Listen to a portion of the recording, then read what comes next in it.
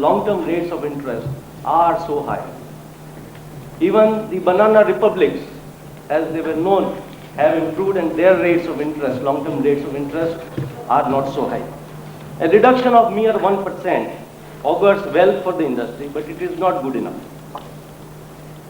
Another measure is for attracting foreign investors, foreign institutional investors. And for that purpose, the finance minister has reduced the short-term capital gains tax from 65% to 30%. And as you are aware, in the last budget itself, the long-term capital gains tax was reduced to 10%, and the dividend income, etc., is to be taxed at 20%.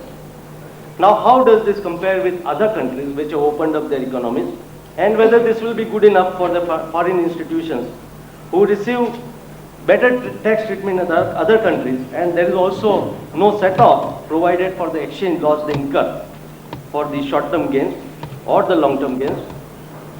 And also, one wonders why the same facility is not given to NRIs or the overseas corporate bodies owned by the NRIs, when in fact these two categories can effectively contribute large investments both in primary and secondary markets. I would have wished that the benefits would have been also extended for the short-term capital gains tax to the NRIs. The estimate of $2 billion to be invested by the FIIs seems to be very optimistic, over-optimistic, since FIIs are known to take their own time to invest large sums. China, which opened up its economy and started its reform process way back in '79, started receiving investments of FII only in the late 1980s. We started our reforms in 85-86 with a break of nearly 2 years in 88 and 89. So really speaking, we started our reforms only in the right earnest in 1991. So will FIIs invest large sums immediately? Therefore, is it wise to depend only on the FIIs? Why not NRIs and the NRI companies by giving equal tax? This is something that I think needs to be done. The budget proposals not so friendly to the market. Let us examine them. The absence of certain measures which ought to have been done, along with freeing of the fully convertible currency, and were expected rightly so by the market this year, have not been done. So it is basically a positive budget, in my opinion, but it has not done something, it is not bold enough to introduce something that we expected naturally. The market, for example, expected removal of double taxation on dividend, as recommended by Chalaya committee. However, what we find in the budget is Section 80M has been amended, making intercorporate dividend on units of Unit Trust of India taxable in 3 years' time. This year, the benefit would be reduced to 80%, next year to 60%, thereafter nil. This has probably given wrong signals to the market, and UTI in some estimates will have to repay over 5,000 crores in the next 3 years. And with the result that UTI and other mutual funds, whether they will be able to invest large sums that are demanded by both the primary market and the secondary market. And also, whether we can expect the FIIs and others to compensate for the primary capital market size going up from 10,000 crores to probably 20,000 crores in the next year, and with the secondary market staying where it is, with the index not moving up. Now even the banks and the other public sector companies are proposed to come in the market, and they would raise large sums of money. And with this kind of a scenario, I thought a uniform concession to all mutual funds could have been given. As far as the double taxation on dividend is concerned, this is one single measure which can prop up the market tremendously while costing the exchequer a barely rupees 150 crores. If the finance minister wants the market to revive, we should collectively urge him, and I would urge the Bombay Shareholders Association to move the matter so that this can be introduced this year only. Second, not so market-friendly measure is not granting either individual or corporate tax concession as promised in the last budget. Even the surcharge is not removed. on the income. However, he has carried forward the promise next year. Friends, in these days of uncertainty, can we hope for the same finance minister next year? Although one wishes that Sri Manmohan Singh, by act of parliament, is made finance minister for the next 3 years, regardless of change in the government.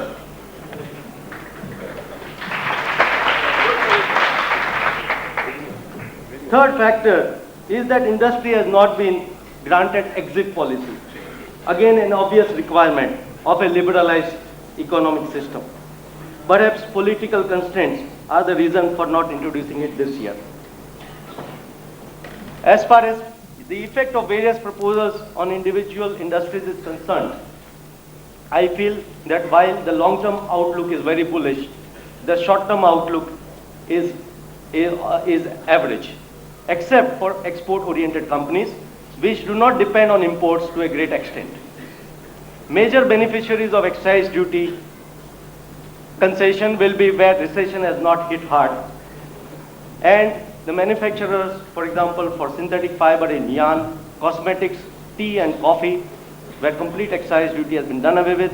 Plastics, electrical machinery would benefit more than, let's say, consumer durables, motor vehicles, paints, where recessionary trends will have to be reversed by price decreases.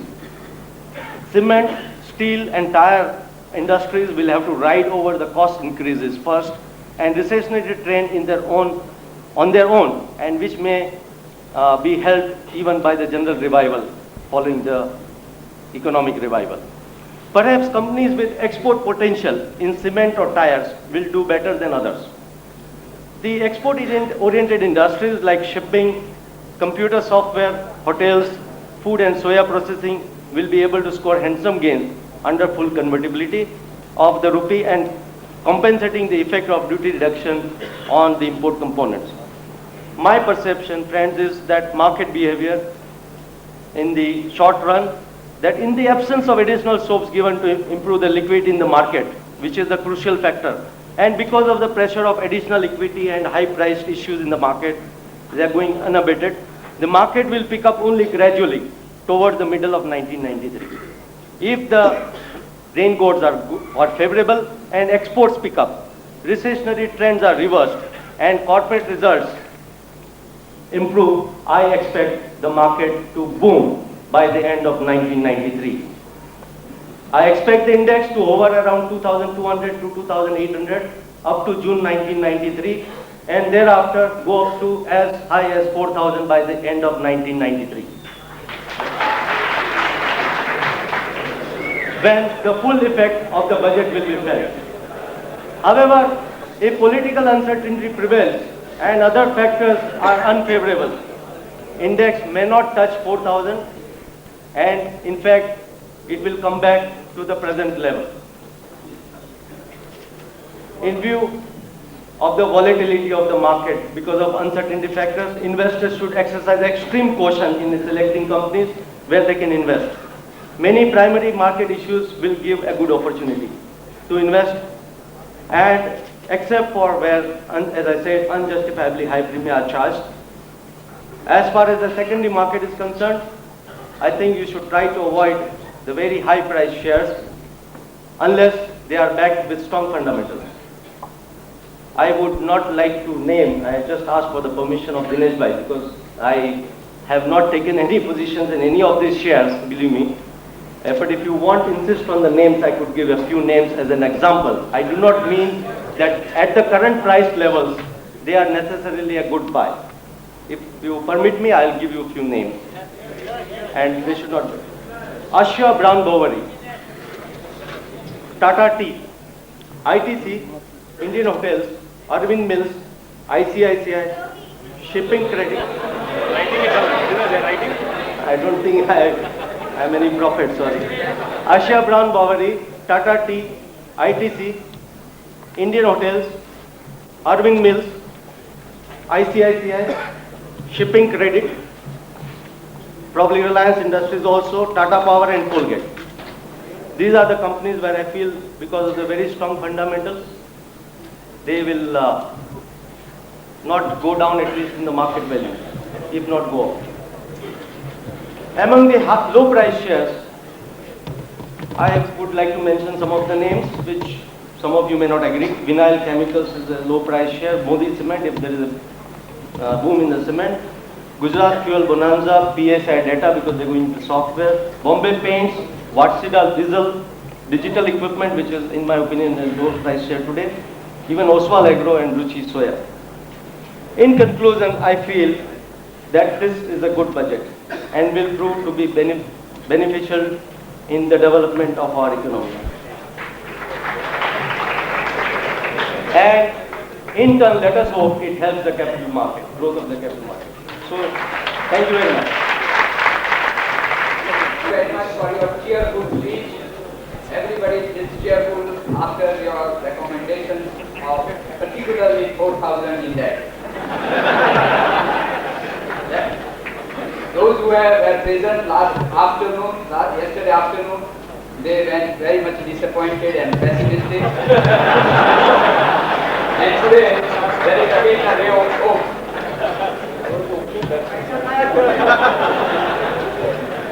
As an opening batsman, you have really made the point. Friends, now we have other two speakers now available with us. One is Mr. E. Rai and Mr. Talakshi Gosar.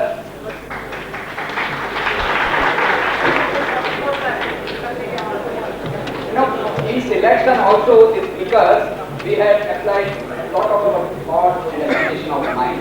How we have selected the speakers, I'll tell you also very short. That we have taken different segments of the capital market. We selected up to shareholders, then mutual funds, investment analysts, investment journalists,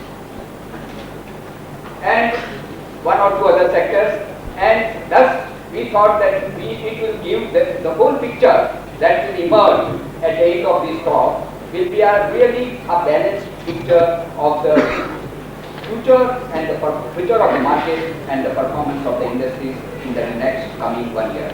Now I will ask my colleague to introduce the next speaker, Mr. Rai. In my life, I had introduced him first in 1986 in Lucknow when he had come as a chief guest to inaugurate a Chetna home for the mentally handicapped. Shri Bodhishwar Rai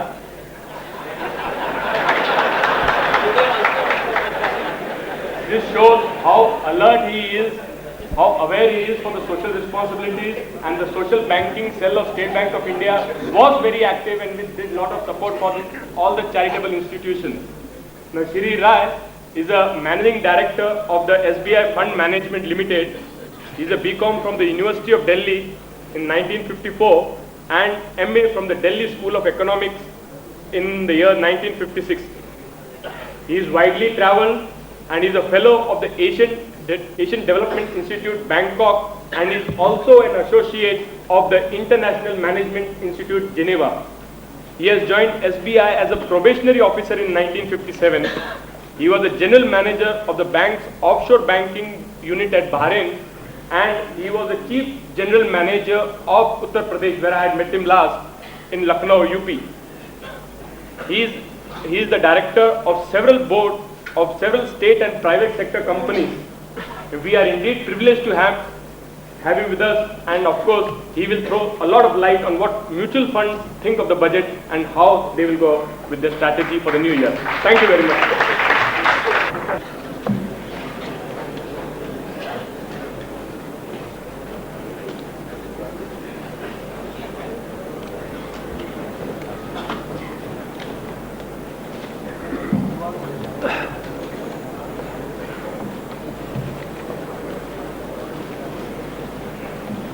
Dinesh Modi, my friends on the podium, and my friends on the hall, the listeners' side. It was so sweet of my friend to have been introduced in glowing terms. Two other assignments I've had, I mentioned myself. I was an officer on special duty in the Ministry of Finance Department of Banking for 5 years when the bank was nationalized. I was also Secretary of an Inquiry Committee in 1977, Central Bank's Coimbatore. So there are things in life outside the bank, outside the stock market, outside the finance, as he said. Ajit Ambai has given an excellent and very succinct presentation of the budget. I think he has analyzed it very logically, cogently. Anyway, most of us have read what has been presented in the budget. I would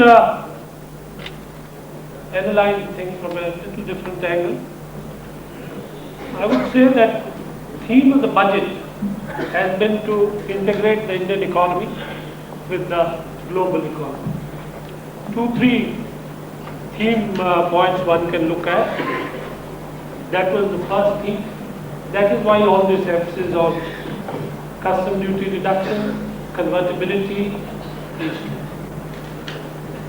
The other was support to developmental efforts. No budget can succeed, no finance minister can remain in his seat if he was only working for the financials and capitals and so on. So the other thing is rural employment. That's a major thrust of the theme of the budget. Education, energy, infrastructure. In these areas, developmental support has been hiked up by the finance minister. Above all, I think the theme of the budget has been to curb inflationary tendencies in the market. He's been working for it for the last 3 years, although he has not said it so clearly. But the point of fiscal deficit and so on, it's all a pointer towards that. So these are the 3 basic themes of the budget. And before we pass judgment on them, let us see what are the thrusts that he has given in the budget to achieve these 3 objectives or themes. He is continuing with the fiscal correction. I think the way he has prepared his budget, having worked in the finance ministry, it looks to me as if first he prepared a zero budget, no deficit whatsoever. Then he thought of how much concessions I have to give, and that will be the difference. You can see it's around 4,000. 4,000 are the concessions, 4,000 is the deficit. The same kind of figure, not exact figure, in the neighborhood. So it's some kind of a zero budget, as they say, zero deficit budget, fully balanced budget is prepared, and then he has given these concessions. So fiscal correction is continuing. The deficit has been brought down significantly. The figures are well known to you. The other thing is that he has worked on the development side, on the expenditure side. For 2 years, he was criticized for not boosting up expenditure. Cement industry said that we are stagnating because government expenditure is not coming up. People were complaining about less educational facilities, nothing being done for infrastructure. So all this, as a result of this, I think his next thrust has been in increasing the development expenditure. Figures are well known to you. Then of course we have our balance of payments problem. So the thrust on exports. Lot of industry which is export oriented is going to benefit from the various measures which he has announced and which were so succinctly summarized by my friend Ajit Ambai. Generally, then there has been an attempt at boosting industrial growth. Various concessions on excise duty, they are basically directed at that.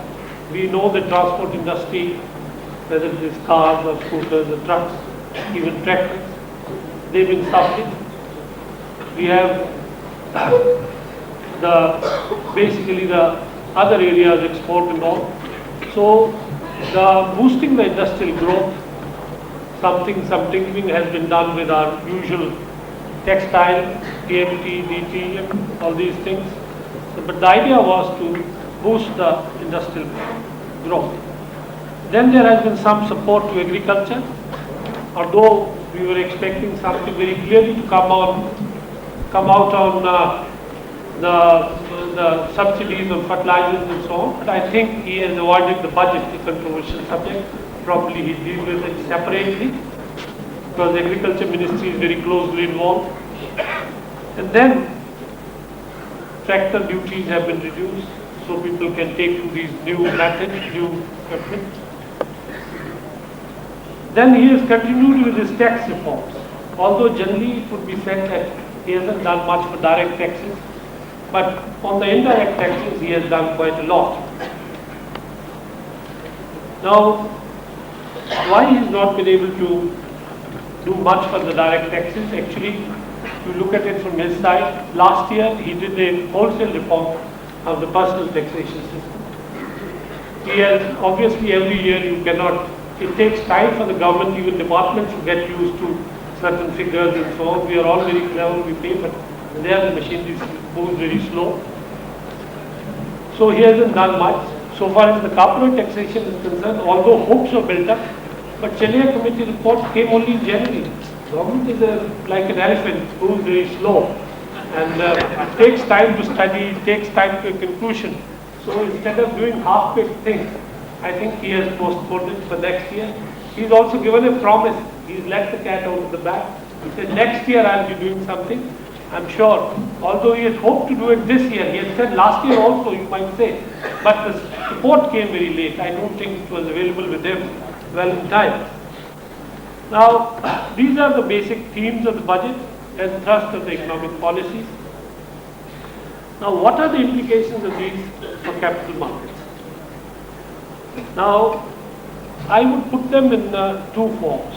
One is the quantitative aspect and the other is the qualitative aspect. So far as the quantitative aspect is concerned, it has been well said, it is all being mentioned in the newspapers also.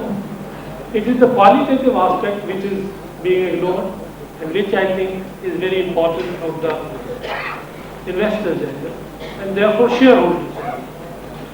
Some of you may be in the broker profession, you may not like it that way, but I think these are very important from all kinds of investors. This is an ongoing process. Three budgets, I think he has made certain qualitative statements in regard to the reforms in the capital markets. First year, you leave, the whole thing has percolated inside, but last 2 years budget proposals contain a watchdog body to oversee the capital markets and players. This has been done. This year he says that SEBI will be given additional powers in light of experiences. Probably the market hasn't liked it. But the fact remains that we as investors like it. It's good for the investor that there is a body. In the beginning, in any situation you have problems coming to settling with each other. They have problems with us, we have problems with them. But I think both of us have to live together, maybe as well as the investors, as well as the broking community. In a couple of years' time, 1 or 2 years' time, I think the whole dust will settle and things will be all right. We'll be appreciating each other's role. Certainly stock markets have a very important role. So has SEBI reform. Because without regulation, we can be held as prey, as is very evident from the pricing thing, how the things are being priced, totally outlandish. So we do need certain amount of either self-regulation or an outside regulation. But in this case, as the trend world over, SEBI has been set up. Number of players in the capital market should be increased. He had said that. Now, in the last budget, they had introduced guidelines for operation of private sector mutual funds. Now these rules have been notified. Then several private mutual funds have been licensed. Financial institutions have been allowed to invest in the capital market. So therefore the number of players is going up. And therefore to that extent the capital market will be further strengthened. Trading and settlement period should take place with speed and transparency. This is one of the objectives of the SEBI, is to ensure this. This is happening. Proposals are also being considered for establishment of central depository, setting up a national stock exchange. Now at this stage, it may look to us that it is not so good, but in the long run you will see how good it will be for the investors market. Then inside the trading, rules have been formulated. Capital gains and wealth tax. Last year wealth tax on shares was withdrawn. Of course, it's a quantitative thing. but rules and regulations have now been notified to deal with insider trading.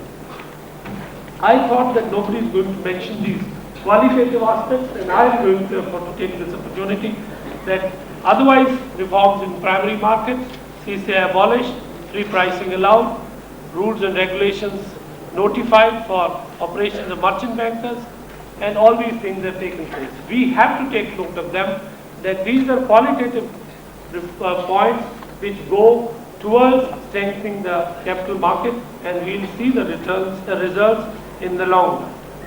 Now, coming to other matters where I'll come to what are the market-friendly proposals and what are the, because we've been asked to basically comment in our perception and what goes against. Full convertibility is certainly a market-friendly proposal. Low rate of tax for short-term capital gains for FFIs, change in excise duties, commercial rates and SLR requirements lower. Then impacts on individual industry, these are definitely long run in the capital market, they are helpful to the capital markets, they will benefit exporters, hotels, shipping, automobiles, consumer durables. Sponge iron, I feel so because the duty on scrap has been raised. Downstream petrochemical industries, and aluminium. I think these are the industries which are going to benefit.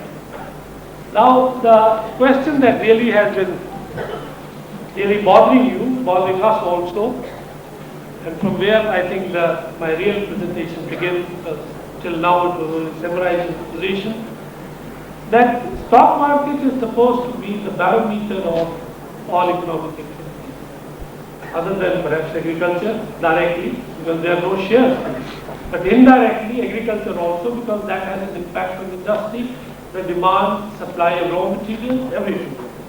And still, when everybody is saying that such a fine budget has come and stock markets chose to take those time, let us analyze the reasons for this as I see them.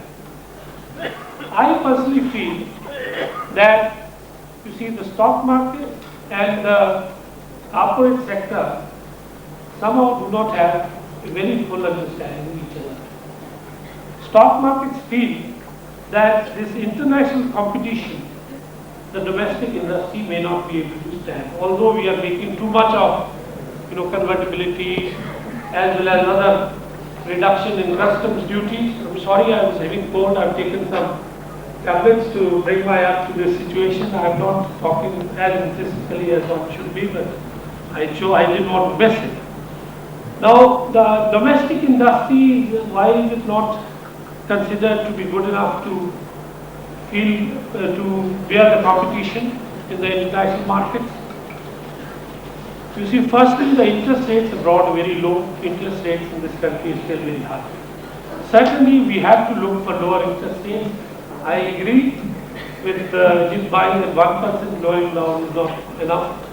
Generally, industry expects better. But question is that banks' profitability on one side, incentive to save on the other, requires higher interest rates on deposits, and probably a spread has to be maintained. Then our industry is really not here to save wastages. Our exchange rate, full convertibility may also make new projects more costly. If we have to, even the amount that we pay as royalty, the amount that we pay to our foreign collaborators, all this is going to go up in rupees because this is paid in dollars.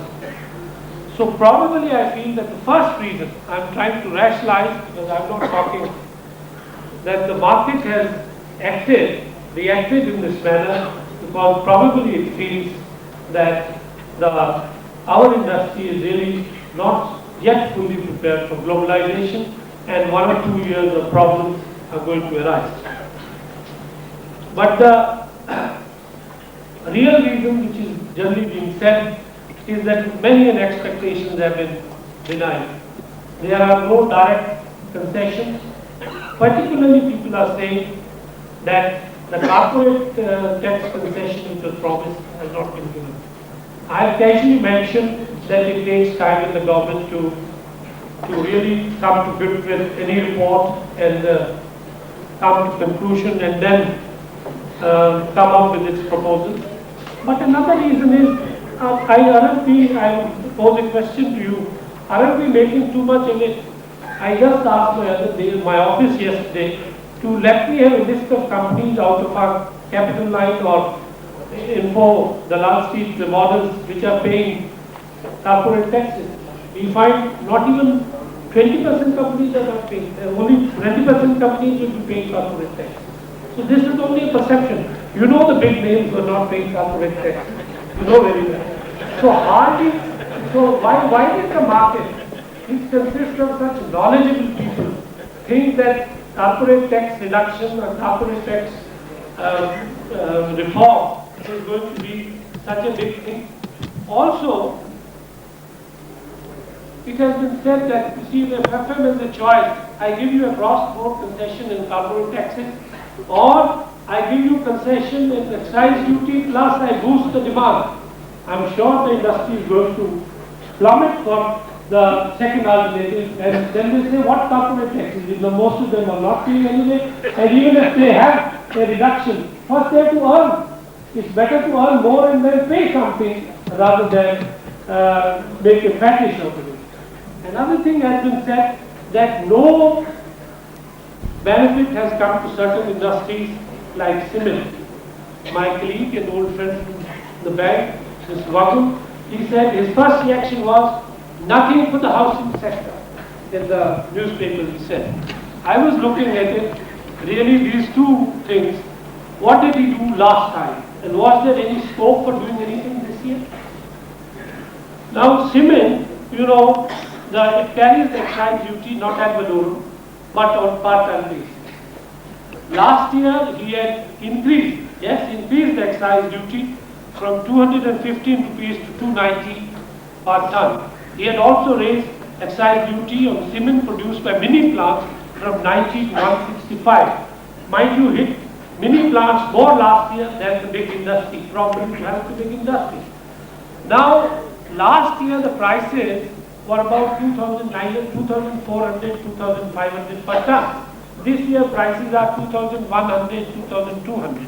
On this, an excise duty of 290 rupees is about 12 to 13%.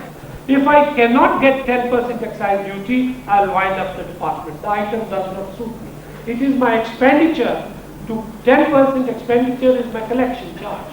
When we issue kurkis and so on, you know, we do it in the bank for small people, farmers and so on. The Tehsildar charges deduct 10% out of the amount realized as a collection charge. So the government collection charge is 10%. So if the ad valorem duty is less than 10%, unless he wants to subsidize, there's no point in having the thing. So I don't think you can look for lower excise duty even in the next few years to come. Not at all. If prices go up, this rate will go, this rate will remain, or might even be raised. Then the white cement he had reduced the excise duty because that's ad valorem from 40 to 35 last year, and borne the loss. This year, 2 years, cement industry people have really minted money, building their walls with silver. Don't let them count with the rest of the country also. As regards housing, I went through last year's budget proposals. Following were fully exempted from excise duty. Last year he said. Following are fully exempted from excise duty: bricks and tiles, lightweight concrete building blocks. This is last year's budget. Doors and windows made of plastic, iron and steel would be anyway don't pay any excise duty, or wooden doors. Then panel doors, you know those Sitabar doors as we call them. Then excise duty on prefabricated buildings reduced from 15% to 5%. That was last year's budget. Was there any scope for reducing duty on any housing item? What was really required, and which I think we should look forward to, is that housing in this country is extremely ill organized. Look at Europe, America, which is a real industry, specifications are followed, the whole thing, the societies are there, the housing societies which finance construction of buildings as well as give loans to individuals, those who want to buy. So what we really need is to recognize housing as an industry. Like last year, tourism few years back was recognized as an industry. So housing has to be an industry, housing or construction. I mean, to say construction has to be recognized as an industry. Then certain concessions can come and one can look forward to both concessions and wholesome returns. Not merely concessions all the time and nothing wholesome. We know how problematic it is to deal with the construction industry. So, of course, I already commented on inadequate interest cut. I'm with you. I think maybe he'll do again something, but I have two hats. I'm in the bank. We have to have a certain spread, otherwise we become uneconomical. But to my mind, the real reason why the market acted in this manner is that it is still not working on fundamentals. 2 years we've been talking of fundamentals, but we've been working like a casino. I am saying this with all responsibility. With time, I think it will take slowly, when we'll move away from the casino mentality to real investment and working, picking up companies on fundamentals. Just because you pick up a company and say it go good, people and hope, that's one way of doing it. But basically, I think it is this. Still, it will take time, maybe another 1 year, maybe another 2 years, when we'll be more on fundamentals. Time is coming. Now, what will bring the fundamentals back? I think the most major step that has been taken in recent times is this freeing of the prices. And the way things are being priced, it is anybody, it's a nightmare. I do it every day, I handle these things every day. I can't find a single issue which is properly priced. They have some few formulas, the merchant bankers talk around those PE ratios, this ratio, which we have learned from books, but in reality, we can't even sell a scrip that we buy. It has no liquidity, it has no market, there are no purchasers. It's all right to have a PE ratio for a category scrip or a well-moving scrip, not for everyone. So these things, I think it is going to boomerang in a way. A few years later, you will see the investor upcountry is not very accustomed to selling things in stock exchanges. If you tell him, how much earning will I be? I face it every day. If I don't declare a dividend 1 year, the amount of letters that I get, I have not skipped, I have postponed the dividend for valid reasons. I get letters from even ex-finance secretaries that we have not put your money with you so that you may not pay us, we want regular return. So risk orientation is one thing. It is all right in Gujarat, Bombay, this area. But from up country, if you tell a person, if you want to make money, sell your share, he said, tomorrow you will tell me to sell my house and make money? That kind of mentality. You see, so things are going to be very difficult when those people who have picked up money at this time at exorbitant premiums, if they are not going to properly service, there is going to be a backlash. I always say that the corporate sector might destroy the stock market, the way it is moving. I think time has come when, as a shareholders association, as investors, I represent you, really, that we have to put these people in place. In fact, the joke in my offices are merchant banking subsidiaries on the 20th floor. I'm on the 19th floor. So people come to me, they say, sir, they have fixed the premium. I say, yes, I fixed the discount. So that's how it is. So I think that we are moving, but it will take time, market has to mature. Now a few questions were asked. I really cannot recommend any script to you. My duty come in the way of it. But my general recommendation to the market would be that next 4 to 6 weeks, I expect a narrow band downward move. 4 to 6 weeks. After the next 4 to 6 months, after about month and a half, I am sure market will pick up. Then monsoon is a big factor, but I am not seeing any high number immediately coming by the year end. Those numbers would never come. The factors that motivated those numbers, we know we all of us know they are not those any fundamental. So things will have to take time. We'll have 4,000, maybe 2 years, 3 years from now.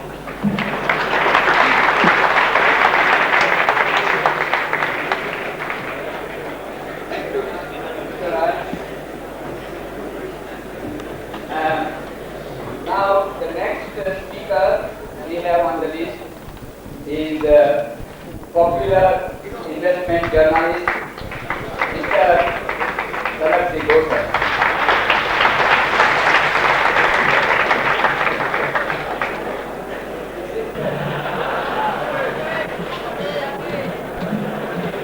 Thank you very much, Mr. Thapa. I will be failing in my duties.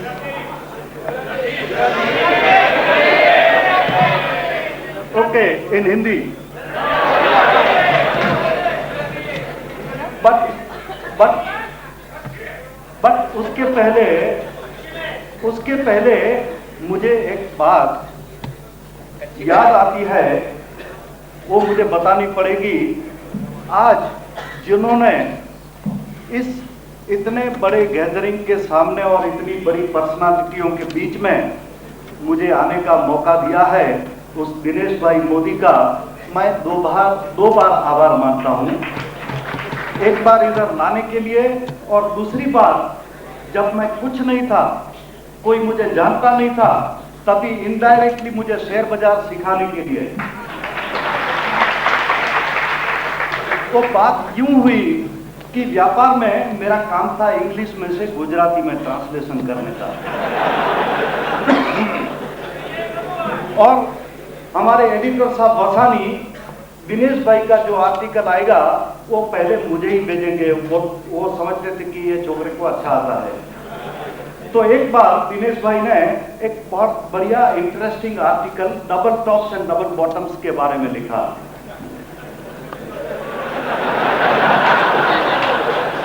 उसमें भाई मैं share बाजार में double tops और double bottom होते हैं उसकी बात कर रहा हूं। आप कुछ गलत समझ पा रहे हैं। तो इन्होंने ये लिखा था कि when you are playing with the tops, don't forget the bottoms.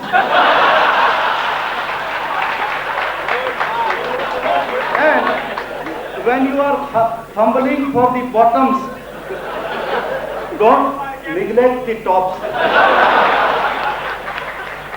तो मुझे पहली बार पता चला कि ये शेयर बाजार इतना रोमांटिक जगह है और इतने रोमांटिक हमारे दिनेश भाई भी हैं।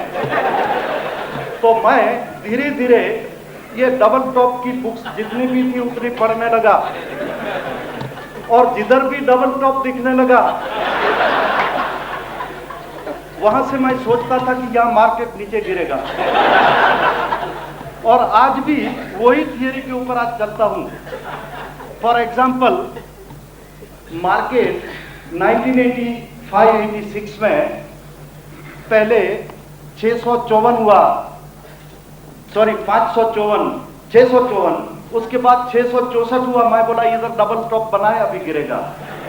और मैंने द डेली में हेडलाइन दिया था सेल सेल सेल, उसके सिवा और कोई इंडिकेशन मैंने नहीं लिखा था।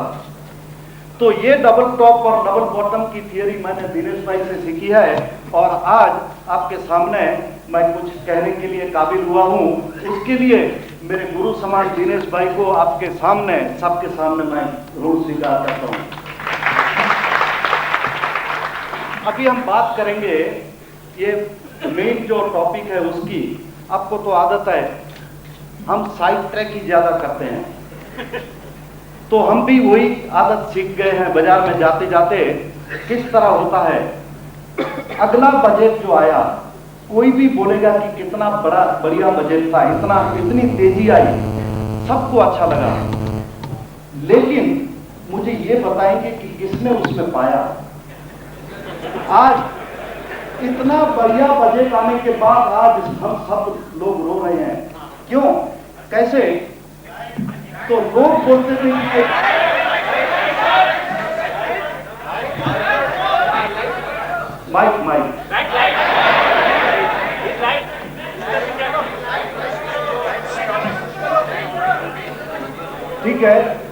उसको उसका काम करने दो, मुझे मेरा काम करने दो, और आपको कुछ सुनना है तो सुनिए। तो ये जो अगला बजट आया उसमें हम लोग जो चीज बहुत लंबे अरसे में करनी चाहिए उसको बहुत जल्दी करने लगे। और हम किस तरह लोग लेते थे, हम लोग शेयर लेते थे। हर्षद भाई को पता है किस तरह लोग लेते थे शेयर। एक दिन हर्षद भाई ओबेरॉय शेराटन में लिफ्ट के सामने खड़े थे, उतने में वो रामकृष्ण हेगड़े फ्रॉम कर्नाटका, उन्होंने देख लिया कि हर्षद भाई खड़े हैं, तो सामने आके धोती ऊंचा करते करते हर्षद भाई के सामने आए। Oh mister Harshad Mehta, I know you, आपके बहुत सारे फोटोग्राफ छपते हैं। ओ हर्षद मेहता से please correct me if I am wrong. Harshad Mehta से oh yes mister Ramakrishna Hegde, how are you? It's very fine, I am very fine. How is Karnataka doing?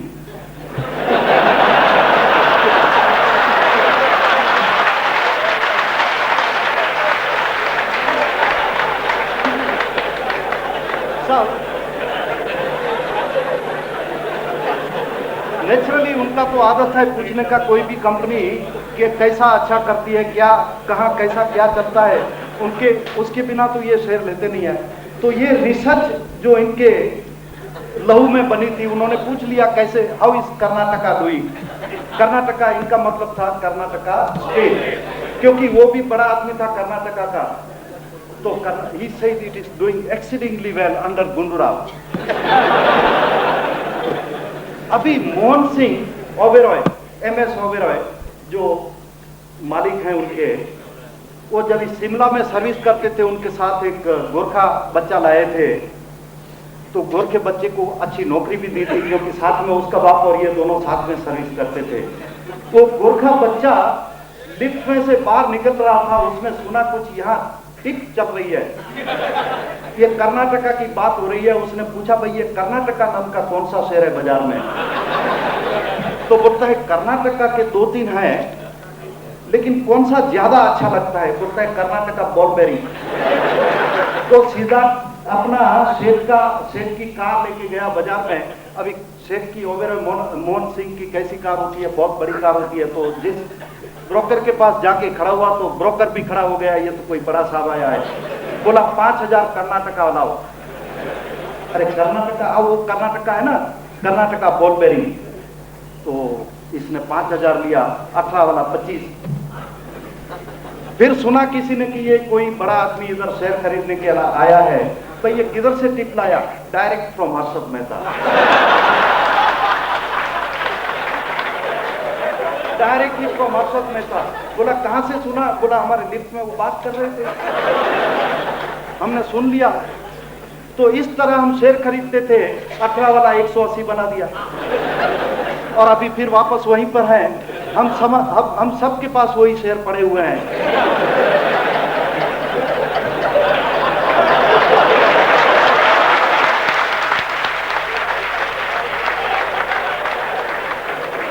सब इसमें ये हर्षद मेहता ने नहीं दी थी टिप, हम खुद ने ली थी उनके पास से। हमारे पास एक ड्राइवर आया था, वो भी यही बात करता था कि मेरा बच्चा हर्षद मेहता की स्कूल में हमने दाखिल करवाया है, तो उसके बच्चे की स्कूल में क्यों? बोला तो उसकी टिप डायरेक्ट मिलेगी। तो इस तरह हमने शेयर दिया। क्यों कि बाजार उस तरह भागता था, हमको लगता था कि आज नहीं लेंगे तो कल तो चांस गया। तो साहब ये मोहन अपने डॉक्टर साहब जो हैं, रियल डॉक्टर हैं, बोले ये दर्द का तो इलाज करना पड़ेगा। तो बोले ये लोग अगर फंस जाते हैं, इतना तेजी वाला बजट दिया, इससे अच्छा है कि थोड़ा मंदी का बजट दे दे रहे हैं, तो लोग कुछ समझ के लेंगे, सोच के लेंगे। और सब एक बात मैं आपको बताता हूं कि तेजी के पीरियड में हर एक चीज उसकी वैल्यू के ऊपर बिकती है, और मंदी के पीरियड में हर एक चीज उसकी वैल्यू, रियल वैल्यू नहीं तो उसके भी नीचे बिकती है। तो अब सही समय है कि रियल वैल्यू के नीचे जो शेयर बिकते हैं और अच्छा पोटेंशियल जिसमें है, वो हम खरीद के 6 महीना भी रखेंगे तो मैं समझता हूं कि उसमें अच्छा चांस मिलेगा। सर, जिस समय बड़ी तेजी में हम शेयर खरीद रहे थे, उस समय हम समझते थे कि आज लिया और कल बढ़ेगा, और क्या हो गया कि अप्रैल से लिया और आज तक 11 महीना हो गया, वही शेयर हमारे पास पड़े हुए हैं। जो शेयर हमने 2 दिन में बेचने के लिए लिया था और जिसको बोलते हैं कि निरुपाय हमें शेयर होल्डर बना पड़ा हुआ है, और वो भाव जिस भाव से हमने लिया है वो भाव तो अभी भी नहीं आया। तो उससे अच्छा है कि ये अपनी मर्जी के बिना कोई लोग हमें शेयर होल्डर बनने की ये कंपल्सन दें, उससे अच्छा है कि हम खुद समझ के अच्छे शेयर अपने दिमाग से सोच के इस मंदी के टाइम में सोचना अच्छा लगता है कि भाई कोई भी चीज ओवर वैल्यूड नहीं है, कोई भी चीज एग्जेगरेटेड नहीं है। तो मैं समझता हूं कि यही तरीका है मंदी के पीरियड में अच्छे शेयरों की जांच करना, तलाश करना। अभी थोड़ा सा बजट के ऊपर मैं बोल दूंगा, सिर्फ इतना ही बोलूंगा क्योंकि बड़े बड़े लोग बड़ी बड़ी बातें करते हैं, मुझे तो वो आती नहीं है। तो मैं इतना बोलूंगा कि ये बजट जो है, ये बजट इन्वेस्टर फ्रेंडली बजट है, ये बजट जो है इंडस्ट्री फ्रेंडली बजट है, और ये बजट जो है कंज्यूमर फ्रेंडली बजट है। जब कोई भी चीज का भाव बढ़ता है, कोई भी चीज की ज़कात बढ़ती है, एक्साइज बढ़ती है, तो लोग गुमाबुम करते हैं कि भाई ये ज़कात ऊंची गई है, नीचे करो। अभी मनमोहन सिंह साहब ने तो बिना बोले ज़कात कम कर दिया है। उससे भी बढ़िया और क्या चाहिए इंडस्ट्री को, बोलिए। अगर इंडस्ट्री को ज़कात कम करने से या एक्साइज कम करने से फायदा होता होगा, तो वो फायदा इंडस्ट्री के लिए आगे चलकर बहुत बढ़िया फायदा होगा। और दूसरी बात, बहुत इंपॉर्टेंट चीज ये है कि इनको चाहिए कि जो फॉरेन के इन्वेस्टर हैं वो भी इंडिया में आवे, और हमने उनको इतने भाव ऊंचे करके रखे थे कि उनके लिए दरवाजा ही खुला नहीं छोड़ा था। तो फॉरेन के कोई इन्वेस्टर आए नहीं, सबकी नजर यहाँ लगी हुई थी, एक चीन के ऊपर, एक इंडिया के ऊपर, एक पाकिस्तान के ऊपर। तो चीन वाले जीत गए, इंडिया वाले नहीं जीते, क्योंकि चीन में कोई शेयर ही नहीं था।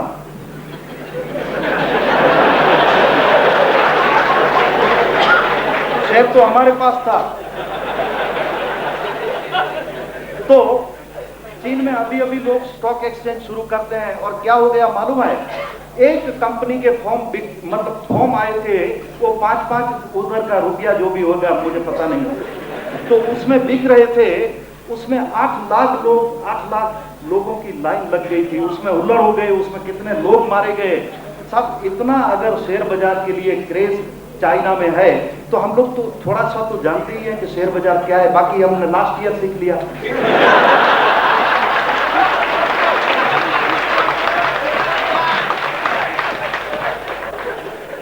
लास्ट ईयर हमने ये सीखा, तो ये सरदार जी ने जो किया है,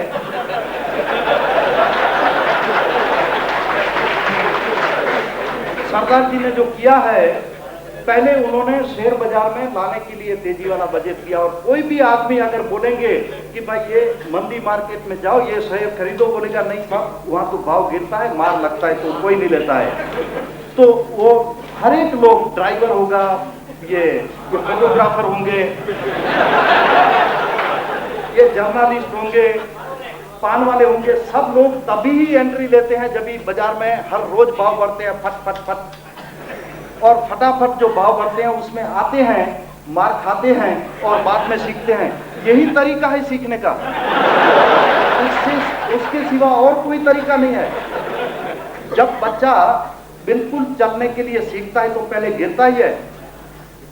मुझे बताइए कौन नहीं गिरा यहाँ पर? हर एक आदमी गिरा है। और अगर सरदार जी ने ये सोचा कि पहले लोगों को अंदर जमा करो, बाद में सिखाओ, तो अगले साल उन्होंने जमा किया, सिखाया, देखो अगले साल फिर जमा करेंगे, अगले साल ऐसा ही तेजी का बजट देंगे। जो तेजी का बजट हमें इस साल आने की जरूरत थी, चाहते थे कि आएगा बजट, वो कॉर्पोरेट टैक्स वाली बात कर रहा हूं मैं। जो चीज अबेयंस में रखी है वो कभी भी आएगी। तो इन्होंने गारंटी कर ली कि अगले साल तो गारंटी तेजी होगी। और बाजार का तो रूल है कि कंपनी नुकसान में से थोड़ा सा नफा बताए, बोनस तो 3 साल के बाद आएगा। तो नुकसान में से नफा करने का शुरू करे कंपनी, वहीं से हम शेयर लेना शुरू करते हैं। तो अगला बजट गारंटीड तेजी वाला आने वाला है, ये अभी मालूम हो गया है, क्योंकि इन्होंने बताया है कि ये टाइम कॉर्पोरेट टैक्स में नहीं कम करूंगा। तो इसका मतलब ये हुआ कि अगले टाइम तो करेंगे ही। तो ये जो तेजी होगी कभी होगी, वो बाद में बात करूंगा मैं। ये जो तेजी होगी वो अगले साल के पार करके जाएगी। अगले साल भी जो बजट आएगा उसमें आपको घबराने की जरूरत नहीं है। और खास करके मैं बताता हूं, ये टाइम में जो मंदी आई है अभी बजट के बाद, उसमें कुछ अनयूजुअल हो रहा है। अनयूजुअल क्यों हो रहा है कि बजट के बाद हर एक चीज का भाव घटा है। जिस कंपनी को बढ़िया से बढ़िया फायदा होता है उसी का भी घटा है, जिसका खराब भी हुआ है उसका भी घटा है। This is something very unusual, unnatural. Unnatural चीजें ज्यादा नहीं चलती है, आपको मालूम है। अननेचुरल चीजें ज्यादा नहीं चलती है, 15 दिन, महीना, 2 महीना बाद में अपने मेरिट के ऊपर चलती है। तो ये बताइए कि ऐसा था बजट की हर एक चीज, हर एक कंपनी को खराब हुए ये बजट में? नहीं। थोड़ी सी कंपनियां हम बताएंगे। तो ये जो बजट आया उसमें जो रिएक्शन है, वो रिएक्शन क्या है मैं बताता हूं। कि लोग समझते थे कि बहुत बढ़िया बजट आएगा, और जैसे बात हुई थी कॉर्पोरेट टैक्स जाएगा, इंडिविजुअल टैक्स की 3 लिमिट बढ़ेगी, ये सब बातें हुई थी इसके लिए। और अगले ही दिन हर एक पेपर में हेडलाइन भी आई थी कि individual tax limit will go up, 3 tax limit, corporate tax will be slash, ऐसा। तो लोग और भी जोर से ले गए थे। अभी बाजार में हर एक टाइम पर थोड़े ऐसे लोग रहते हैं जो इस पार या उस पार वाली बात करते हैं। उन्होंने इस पार या उस पार के हिसाब से अपनी गुंजाइश के ऊपर शेयर ले लिया, और बाकी जो थे, जो अप्रैल से फंसे हुए थे और अब तक छोड़ते नहीं थे, उनके लिए तो ये लास्ट रिसोर्ट था। ये समझते थे कि अभी कुछ नहीं तो चांस आएगा छूटने का। तो ये जो बजट आया उसमें गिरना शुरू हुआ, उन्होंने लास्ट चांस भी छोड़ के बोला अभी तो बाजार नहीं चलेगा।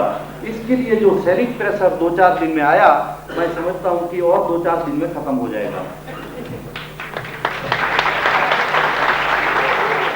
और मैं ये नहीं चाहता हूं कि 2-4 दिन के बाद जो सेलिंग प्रेशर खत्म हो जाएगा और बाजार फिर फटाफट ऊपर जाने लगेगा। ऊपर जाएगा, नीचे जाएगा, ऊपर जाएगा, वैसे करते 6-8 महीना निकालना है। ये जुलाई तक तो बहुत बढ़िया मैं समझता हूं कि बाजार का ऐसा जबरदस्त सॉलिड नींव बन जाएगा कि जुलाई में बारिश आएगी, बुक बंद के बदले हो गए होंगे, नो डिलीवरी पीरियड शुरू हो गया होगा,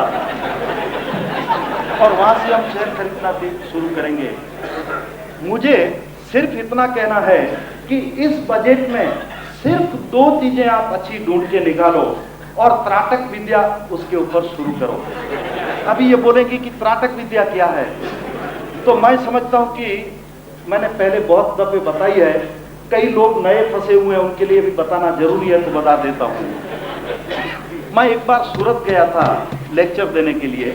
बड़ौदा का एक आदमी आके खड़ा हुआ और लेक्चर का टाइम हो रहा था, 5 मिनट कम थी, लॉबी में आके खड़ा हो गया।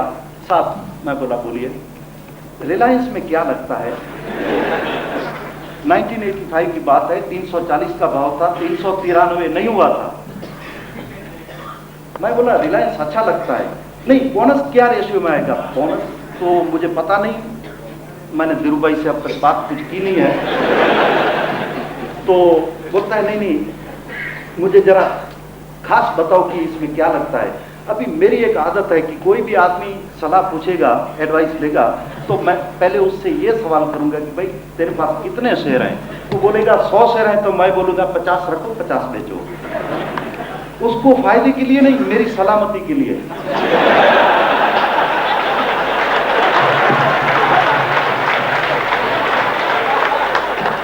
सिंपल है। अगर मेरे उसके कहने के बाद कि भाई 50 शेयर बेचो, भाव बढ़ गया, तो मैं बोलूंगा कि देखो तुम्हारे पास 50 रखवाया ना हमने, भाव गिर गया, तो मैं बोलूंगा देखो 50 तो बिकवा दिया ना। तो मैंने बोला कि भाई तेरे पास कितने शेयर हैं? वो आदमी मुंह का नाम मेरी नहीं देता था, मतलब अपने पास कितनी क्वांटिटी है पता नहीं रहा था। तो मैं बोला देख, जब तक तुम जवाब नहीं दोगे कितने शेयर हैं, तो मैं तुझे सही सलाह नहीं दे पाऊंगा। और टाइम हो गया, साहब मेरी हाथ पकड़ के बोले साहब अभी चलो, मीटिंग का टाइम हो रहा है, उधर पब्लिक वेट कर रही है। तो इसने समझा कि अब ये तो जा रहा है, हाथ से जाएगा, तो लास्ट में उसने बोल दिया पीछे से, साहब सिर्फ 40,000 शेयर हैं। मैंने झटके से हाथ छुड़ाया कन्वीनर से, मैं उसके सामने खड़ा हो गया, साहब ये बताइए कि आप ऐसे ये 40,000 शेयर इकट्ठे कैसे किए जाते हैं? तो ये आदमी ने बताया, अपना सीक्रेट बताया। ये आदमी ने सीक्रेट बताया, साहब देखो 1977 में इसका इश्यू आया, सब लोग बोलते थे ये हो जाएगा, वो हो जाएगा। आपको मालूम है क्या बोलते थे लोग? तो मैंने एक दिल में एक ऐसा घुस गया मेरे मन में कि ये शेयर में कुछ होने वाला है। और मैं कभी पहले शेयर बाजार में गया नहीं था। 100 लिया, 200 लिया, 400 लिया, धीरे धीरे जो भी पैसा आता गया मैं उसी में शेयर लेते गया, उसी का शेयर। बोला और कोई चीज? बोला नहीं, कोई भी नहीं है, एक भी, सिर्फ रिलायंस। फिर हमने कैलकुलेटर निकाला, उसको कैलकुलेशन करके बताया कि भाई तुम 1,40,00,000 पति हो गए हो, सब बेच दो। सब बेच के जो भी पैसा आएगा उसमें 65 लाख सरकार को जाएगा, बाकी 65 लाख बचेगा, उसमें 15 लाख तुम इधर उधर घूम के आओ, यूरोप अमेरिका जो भी है। 50 लाख ब्याज बदले में डाल दो, और ब्याज बदले में जो हर महीने पैसा आएगा उसमें से फिर लेते जाओ। मैं समझा कि मैंने बहुत बढ़िया एडवाइस दे दी है। पहली बार हमने 100% सेल करने का सिग्नल दिया था, अगर कोई आदमी को दिया था तो, नहीं तो 50-50 ही रहता है। जिस तरह हमारी टिप होती है 50-50। मैं समझा इस आदमी ने तो बराबर दिमाग में उतार लिया, और मैं गया, पीछे से आवाज सुनाई दिया, साहब आपने ये नहीं बताया कि बोनस क्या रेशियो में आएगा। लेकिन एक बात उस आदमी से मैंने जो समझा है, ये त्राटक विद्या है। बाजार में 5,000 चीजें लिस्टेड होने वाली, आप कितनी लेंगे? कितनी चीजों का अभ्यास करेंगे? कोई 5 चीज सिर्फ ढूंढ निकालो, 5 में से एक बेस्ट सिलेक्ट करो और उसके ऊपर आप कॉन्सेंट्रेट करो। आपको ये बाजार की तेजी मंदी कुछ नहीं लगेगी, आपको कोई फिक्र करने की जरूरत नहीं है। अगर आप खरीदना चाहते हैं तो एक बेस्ट चीज आप, मैं बोलता हूं, आज बोल दूं, सब इंडेक्स बेस्ट चीज नहीं है। अच्छा, एक बहुत बढ़िया सवाल आपने किया कि इंडेक्स की बात की है। अभी जो पीरियड आया है, अभी उसमें इंडेक्स भूल जाओ। इंडेक्स नहीं बढ़ेगा तो भी मेरिट वाली कंपनियां बढ़ेगी। अभी मेरिट और इंडेक्स दोनों जुदा हो गए हैं। अभी मेरिट और इंडेक्स दोनों जुदा हो गए हैं। ये बजट आया 27 फरवरी, तब तक इंडेक्स और मेरिट और demerit, what ever you call it, they are connected with each other. But now this is a budget which will be pushing the prices up or down on the merits and demerits of the companies and also on the merits and demerits of the industry. So index को भूल जाओ, मैं 10,000 बोल दूंगा तो आप तालियां बजाएंगे, मुझे पता है। और फिर भी ये भी बताऊंगा कि इंडेक्स कहां तक नीचे जाएगा। ज्यादा से ज्यादा 15 दिन में अगर 2359 के नीचे नहीं गया तो अजीत भाई ने जो बताया 4,000 का इंडेक्स धीरे धीरे आएगा। और खास करके थोड़ा मुझे आप बताइए, परमिशन टाइम का जो है, ये सरदार जी जो है उन्होंने बहुत बढ़िया गेम खेला है। वो पॉलिटिशियन नहीं थे लेकिन अभी बनना पड़ा है। क्यों? कि उधर जयललिता जी नरसिंह राव को तकलीफ दे रहे हैं,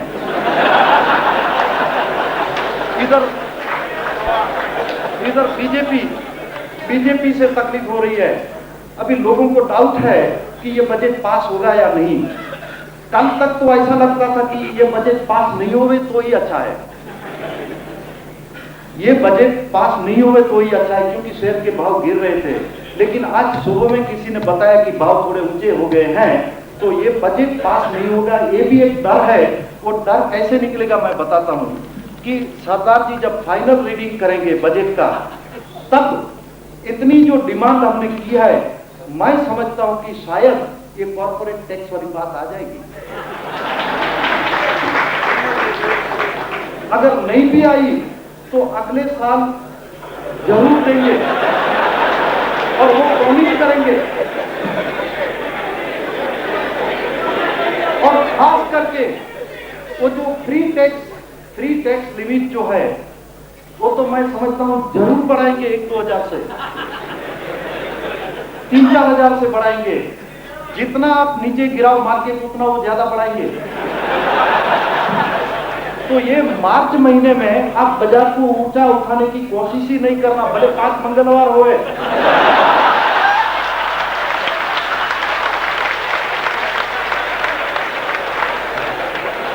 ये मार्च महीने में 5 मंगलवार है और 5 मंगलवार के महीने में कभी मंदी हुई नहीं है। फिर भी ये मंदी जो हम कर रहे हैं जानबूझकर कर रहे हैं, करनी ही चाहिए अगर पाना है तो। पहले एक जमाना था यूनियन वाले डिमांड करते थे 3000 का पगार बढ़ाओ, उनको पता था कि 3000 क्या 300 भी नहीं बढ़ेगा।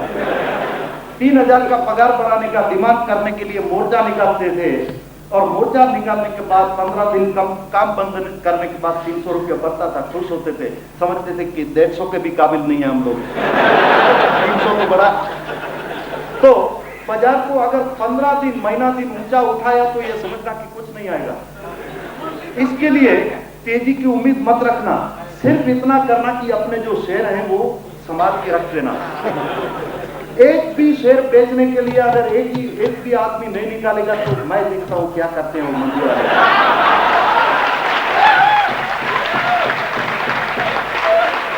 मंदी तो हम खुद कर रहे हैं, हम खुद घबरा कर मंदी कर रहे हैं, मंदी का कोई कारण नहीं है।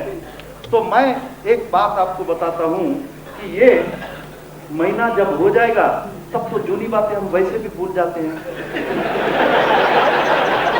दुख कम हो जाता है और बाद में ये मंदी अपने कोटे हो जाएगी और फिर नया ढूंढेंगे कौन सी टिप कहां से निकल रही है।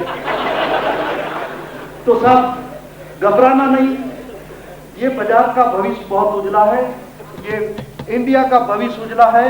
और इतने सारे लोग बॉम्बे शेयर होल्डर एसोसिएशन के मेजे के अंदर पहली बार आए हैं। मैं समझता हूं कि बॉम्बे स्टॉक एक्सचेंज में आने वाले सालों तक तेजी बनी रहेगी और मैं यही चाहता हूं कि हर कंपनी, बस यहां पर तकलीफ शुरू होती है। ये तकलीफ का जो मेन कारण है यहां से शुरू होता है। आपको चाहिए तो मैं देता हूं।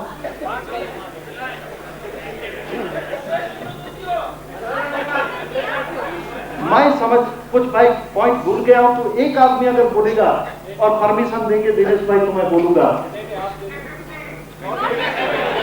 50-50। अच्छा आपके पास है वो मत बताओ। नहीं मेरे पास कुछ नहीं है इसमें से, हमने तो अप्रैल में बेच दिया था सब।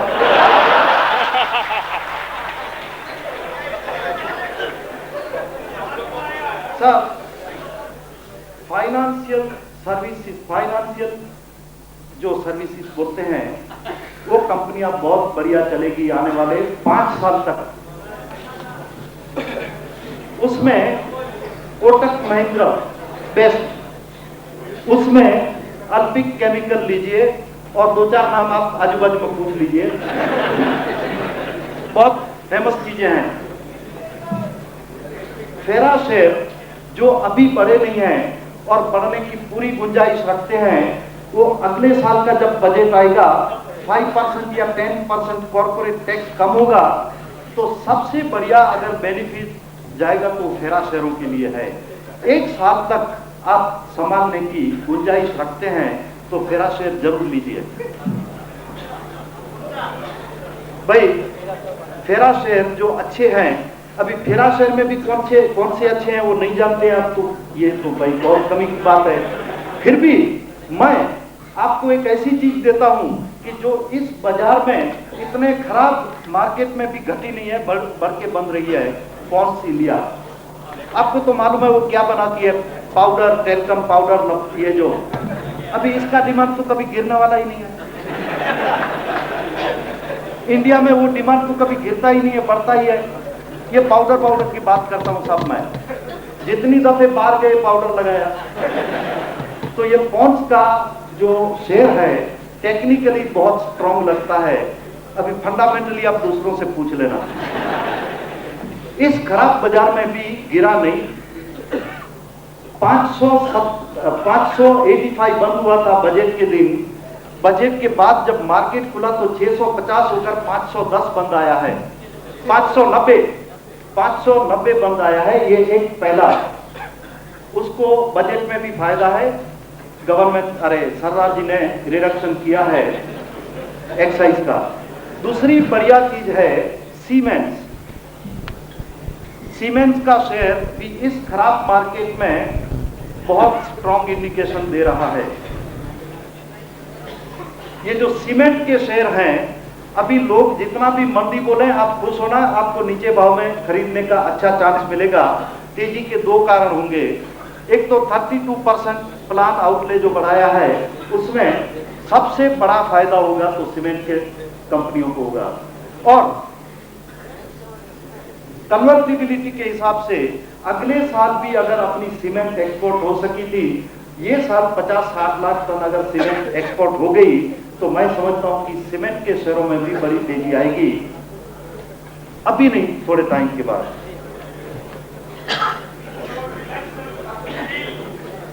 और शुगर शेयरों के लिए भावी बहुत अच्छा है। उसमें बन्नारी अमन है, पौनी शुगर है, अरुणा शुगर है। ग्रेनाइट एक्सपोर्टिंग कंपनियों में से पैसिफिक ग्रेनाइट, जसवाल ग्रेनाइट और 2-4 नाम अच्छे आप ढूंढ लेना। Thank you very much. Thank you.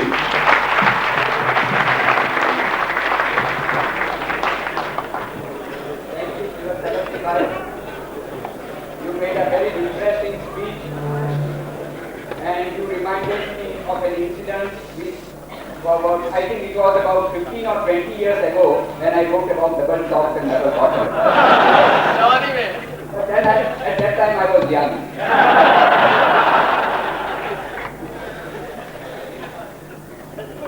Now,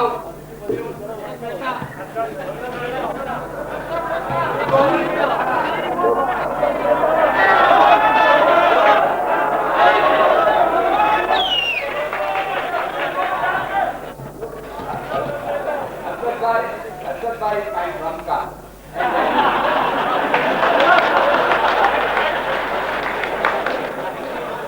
Why is he present here? Had he been not here, nobody would have come, but the audience is not having this much. And therefore when I am playing cards, don't expect me to throw away my drum card too easily.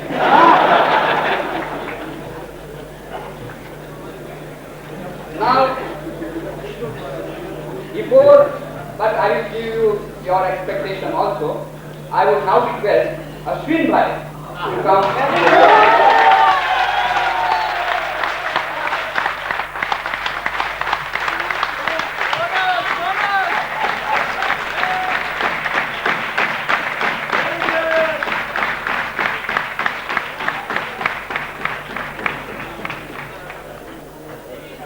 I will tell you the purpose of the youth. I have not come here to speak anything on the budget. I think 47 budgets have gone, markets have gone up, gone down. When a good budget comes, market goes exceptionally up. When yet another good budget comes and it goes down, and we are all here, 5,000 of us, to understand why it goes up and why it goes down so much contrary to the past budget. The purpose of asking 10 rupees is to first of all tell you कि हम जितने लोग यहाँ इकट्ठे हुए हैं, we are all कुंभकर हैं. Markets are not made by fundamentals alone. Markets are made by fundamentals plus. And what is that plus? And that plus has to be analyzed and understood. Now the first thing is India is the only country, mind you I am repeating, India is the only country where you can sell the shares without having them and earn interest on it. So we are all talking about level playing field in all the industries, we want to go global, We are talking about integrating India, we are talking about transparency, we are talking about this regulation, that regulation. But where is the level playing field in the stock exchange?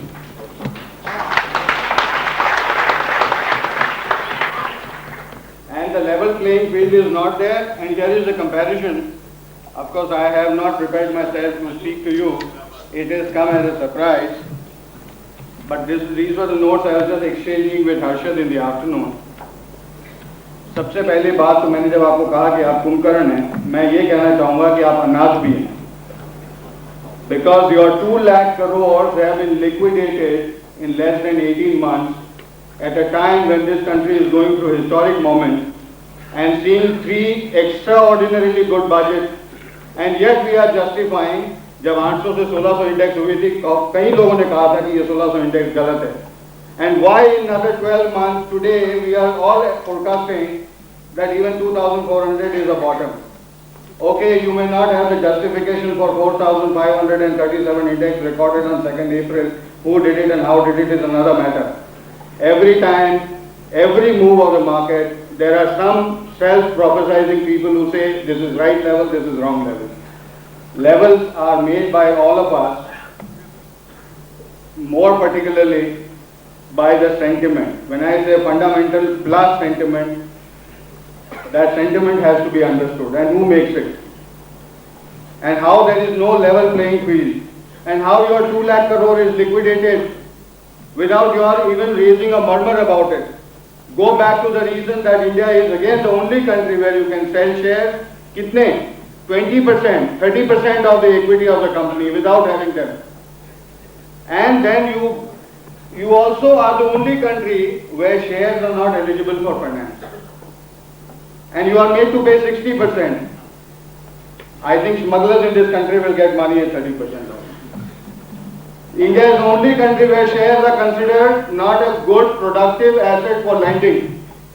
Elsewhere, even in the banks, they can give you money against receivables. Against bad debts, they will finance it. I have a due respect to Mr. Rai who is here. How can you say share is not a good financeable commodity? Elsewhere in the world it is. Why it is not in this country?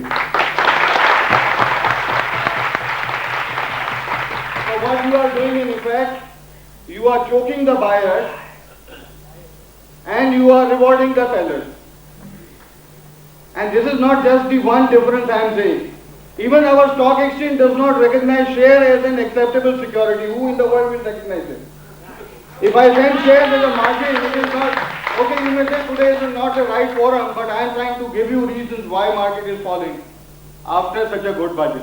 So question is not whether budget is good or bad, the question is why markets behave the way they are and why these strange behaviors are there, which some of the so-called very intelligent people also don't understand. The reasons are nowhere else to seek than the last street. Come along and travel with me. How there is an imbalance. 5 or 10% can rule the nation, to the other way around also. There are liquidators of wealth who liquidate your wealth by hammering 20-30% of the equity. Has it happened first time? It has happened several times. Now, I was just talking about imbalance or disequilibrium on the front of interest and financing. Why elsewhere in the world, when you are talking about global, that you are saying कि 3 लाख तक का ही loan मिलेगा? Is there any protest? My dear Dinesh Bhai, I am telling you, 1928 and today it is 1992. I am there with you, I am not criticizing. We have to take up a cause of the investors that they are made to, suppose they want to buy a house or they want to marry their daughter, they have to sell the shares. Why? Whether or not they like it. What is so bad about raising money? Why do you say every investor who raises money against stock is a speculator? Why don't we create liquidity? Why does the liquidity come only through selling? Why this forced selling takes place? Who is going to look after your rights? If you do not wake up, I am saying please wake up. And now I will come to further steps. I was talking about lending. Now money is available at 8% in interbank market. And in stock exchange it is available at 60%. Do you see the disparity? How walls are erected, how regulations are there. Just because there is one artificial wall, that money from this side will not go to that side. At 8%, UTI cannot deploy money in the call market. Just because the capital market is untouchable, even if 50% return in Birla is available, they will not allow it to happen. Because it is financing of bulls. I am not here to take up the cause of the bull and bear. They are a necessary, integral part of the market. I am not against speculation. I am saying there should be even the hedging facility to everyone who is an investor. I was talking only about imbalance. I am not fighting with anybody. Now the imbalance about information. Now tell me, how many of you know that it is so easy to break the market? It is so easy to spread the rumor. It is so easy to bring down a stock from 150 within 5 minutes in 2 streets, the last street and the next one, you can hammer down, because all of us are gripped by fear very quickly. You may not be taken away by that Karnataka ball bearing. You may still take 5 minutes, but you will take half a minute to decide your decision if somebody is playing on your fear.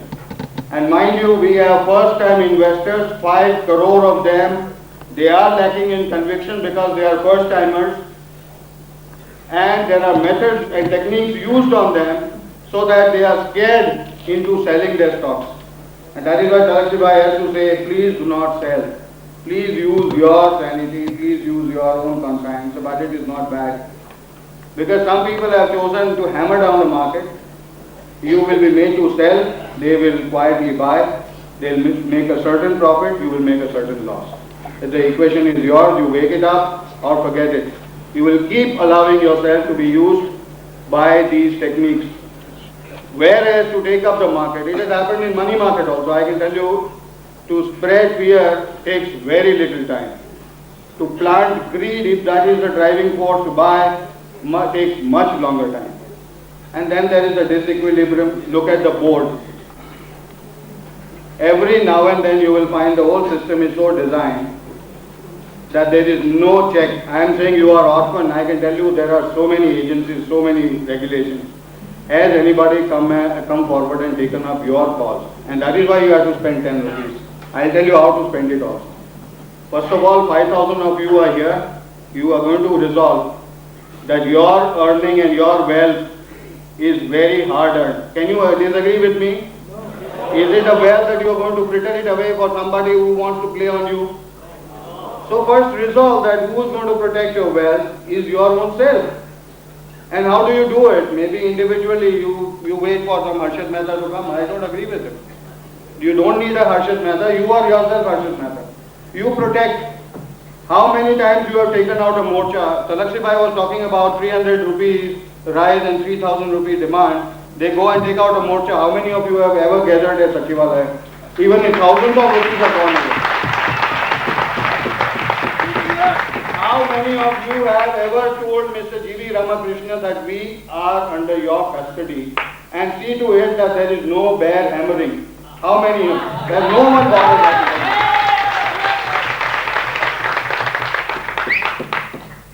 So you take up your own issue, my dear friend.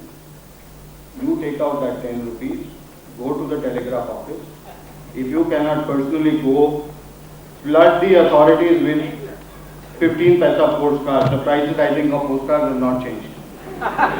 If you can't physically go, raise your issues that somebody is hammering down in wealth. Your wealth is melting. 2 lakh crores. That 1600 was a false move. It happened in 3.5 months. They said it was a wrong move. How in another 6 months that 1600 became the bottom?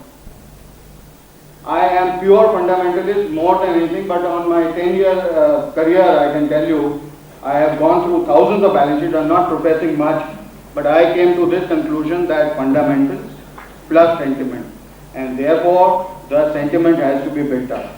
And for that building up of sentiment, you have to see who are the people who are affecting that sentiment. Creation of wealth for investor is not bad. It will translate into a vibrant economy in certain times, and we see everybody prophesizing. I mean, have you seen RBI governor ever telling you at 800 and something that the index is very low, please buy? If he does that, he is very right in saying that 4,500 market is overheated. Is anybody signaling you when the market is underheated? Nobody does that. Why? They are there to scare you. They are not there to advise you that the level is low. Those who are not supposed to advise will also advise. My dear friends, I am trying to tell you, I am not justifying 4,500, I am not justifying 800. I am justifying how the mechanism of the whole regulatory framework works, where they are there to scare you and not encourage you. They are there to stop you rather than taking our equity promotion work or equity card promotion. Now look at the budget also. Last year I said that people will stop giving any jokes on Sardarji because Mr. Manmohan Singh, Dr. Manmohan Singh has really done a yeoman service. In the last 3 years we have seen a fundamental change in India. Last year he said equity was a productive asset. Why he has developed cold feet this time? If he can give 4,000 crore, and today, the other day they were saying it on TV, by the time we came to the point of corporate taxation, we saw that our coffers are empty. Can't you even spare, you know how much is collected by way of taxation on dividend? Sometimes about 80 crore. You think they don't have 80 crore, or they don't have a desire to do something for the investor? If you have 5,000 crore, and you don't have 80 crore for the investor, and what role are you playing? You are the risk taker on whose back every management comes and sucks you and takes the risk capital from you and maybe give you a dividend after 5-10 years. Who takes the risk? Yeah. So what is it that is coming as a big favor? What is the shortage in this country? There is excess debt. There is acute shortage of capital. There is 22% saving rate, and there is 2% of the population coming to invest in the stock exchange. And who is the major beneficiary? And 80 crore if you part, whom are you giving it? To your own institutions who are holding roughly 30 to 40% of the equity, to your own mutual fund, to your own equity which is nothing but a junk, and the day you are going to place it, starting from 256 companies they have, now they have just chosen 30 companies for which they think they have a value to give to the investor, and therefore they are going to place that paper on you. And why should you carry the burden if the government doesn't have 80 crore for you? So, 1 year there is blowhard, another year there is blowfall. And not for nothing people get disheartened. Because people expect, and it is a reasonable expectation, 80 crore is not a very large sum. Look at surcharge could have been done away with. Now the day budget came, Dr. Manmohan Singh was asked a question, why the markets have gone down. He said, I have taken care of the fundamentals, and I am sure investors will understand those fundamentals over a course of period, and the health of the corporate bodies will get reflected in their performance, and investors will be shrewd enough to understand. That means you want to leave it to itself rather than playing an active role of promotion of equity cult. 15,000 crore has been raised, you know the sum that they want. 38,000 crore is the interest burden each year that all of us are bearing. Another 2 years we will be 50,000 crore. And that would make 45% of your total revenue. And you are already borrowing just to pay the interest, leave aside the principal. To that extent, more than our head we have borrowed internally. We have yet to default because there is nothing like pledging gold to honor your local debt. We have just faced that reality as far as external debt is concerned. So why not do something for the investors? Why not create capital? Why not invite risk capital? Use that base of 5,000 of us and 5 crore of us elsewhere in the country to build up. And build up a base where you can raise 30,000-40,000 crore annually and change the whole profile of debt equity mix. Well, I think this is where the budget has been lacking. It is good, it is bold, it reads well along with the first two ones, but when it comes to investors, definitely it is lacking. And for nothing is lost, I can tell you again, nothing is lost if we take care of this disequilibrium between bulls and bears. And that is where all of us have to resolve today, first to get the membership in Shareholders Association. Secondly, we have to find out a forum we can take our morcha. Thirdly, Delhi is really very far off. The bureaucrats have never understood the investors, the bureaucrats have never understood the markets, and therefore it is we who have to take up our cause, not sending very long memorandums. You know, the whole solution is one line. I am not talking here of any theory. I say you can freely sell the share. Do not pay interest on it. How to do? If you want to sell the shares in the forward account, you give the distinctive number. That's all that needs to be done. If you give the distinctive number, you may not deliver. Just one line solution, I can tell you, my friends here will approve that 4,500 index was right, and the sentiment will automatically take care, because we are rewarding the 3 and 5% of the community, and in fact some of them are my friends, and I would like to even request them. Of course, Sri Emendra Kothari was not here. I wish I would have even clearly advised that the pleasure of seeing people make money is much, much greater than the pleasure that you get out of creating a fear psychosis in the market and seeing some people liquidating their wealth and you amassing wealth.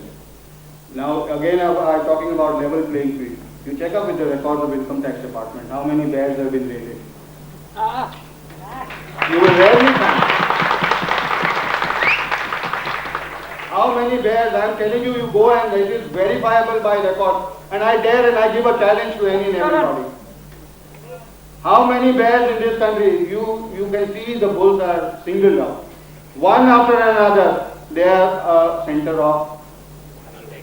And it doesn't matter. Today, maybe we will bear it. I'm telling you honestly, we will bear it. We are planning to get back, and we will.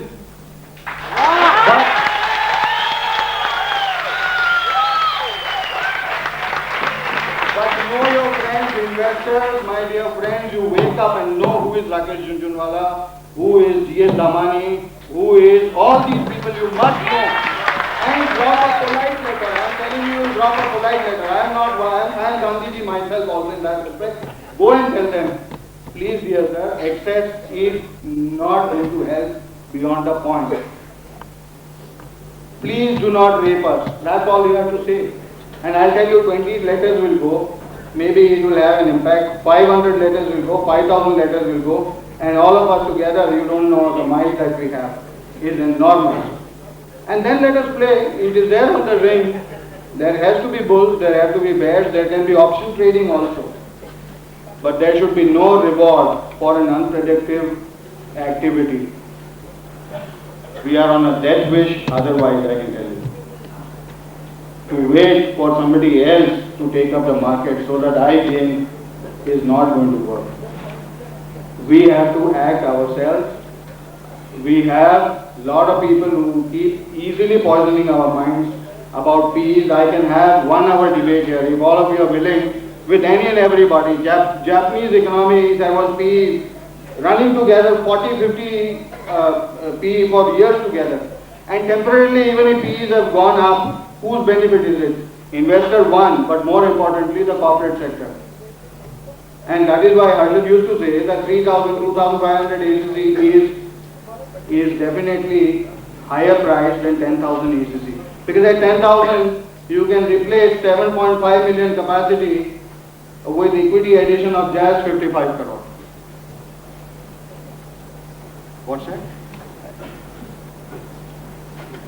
So, I would like to conclude that we are on a death wish. If we do not act, do not protect our wealth, do not request Dinesh Bhai to fervently take up our cause, I will not leave it to advising. Personally, I feel I am dedicating myself. Any help, anything that we can do, Dinesh Bhai, I am going to be in touch with you. And please, for God's sake, I have nothing against individuals. And let there be a healthy market. Let there be two views. People have to buy, people have to sell. There has to be contrary view. But just create a level playing field. Just see that there is no inbuilt mechanism in the system where the favor is given to one section to the disadvantage not of the bulls but also the investors. And you recognize the right side and the right people. That's about all. I have nothing much to say beyond this. Good evening. Thank you very much.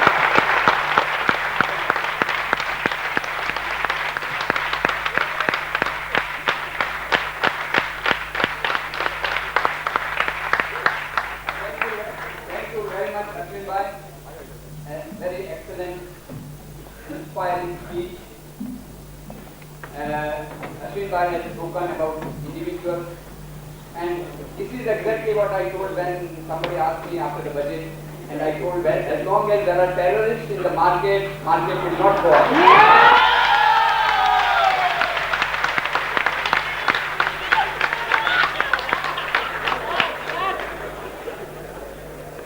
And Ashwin Mehta rightly pointed out that we must unite together. Unless we unite together, investors as a whole, we will not be able to get the result. And therefore I say, let the investors of the world unite together. We have nothing to lose but our isolation and our desperation. Now, I will now request my colleague Mr. Thapar to introduce Mr. Ram Pipariya. Thank you very much. Please, gentlemen, up till now the decorum has been maintained. I hope you will be patient with us. Now, in order to get a clear perception, we should see the fundamentals and the theoretical part of it also. And for that, we have the best speaker for that is Mr. Ram Pipariya. He was educated at Bombay University and the New York University in USA. He took his MBA degree in 1966 and then he set up his Aridhi Investment Consultants. Aridhi is a well-known portfolio management services. He has also written 3 books. The books named The Money Game, The Corporate Number Game, The Bull, The Bear and The Blue Chips. Mr. Ram Pipariya is also the founder chairman of Aridhi High-Tech Industries, which is a listed company. I am sure his viewpoint from the management side of what he views the budget as would be very useful to us. We welcome Mr. Ram Pipariya on the mic. Please.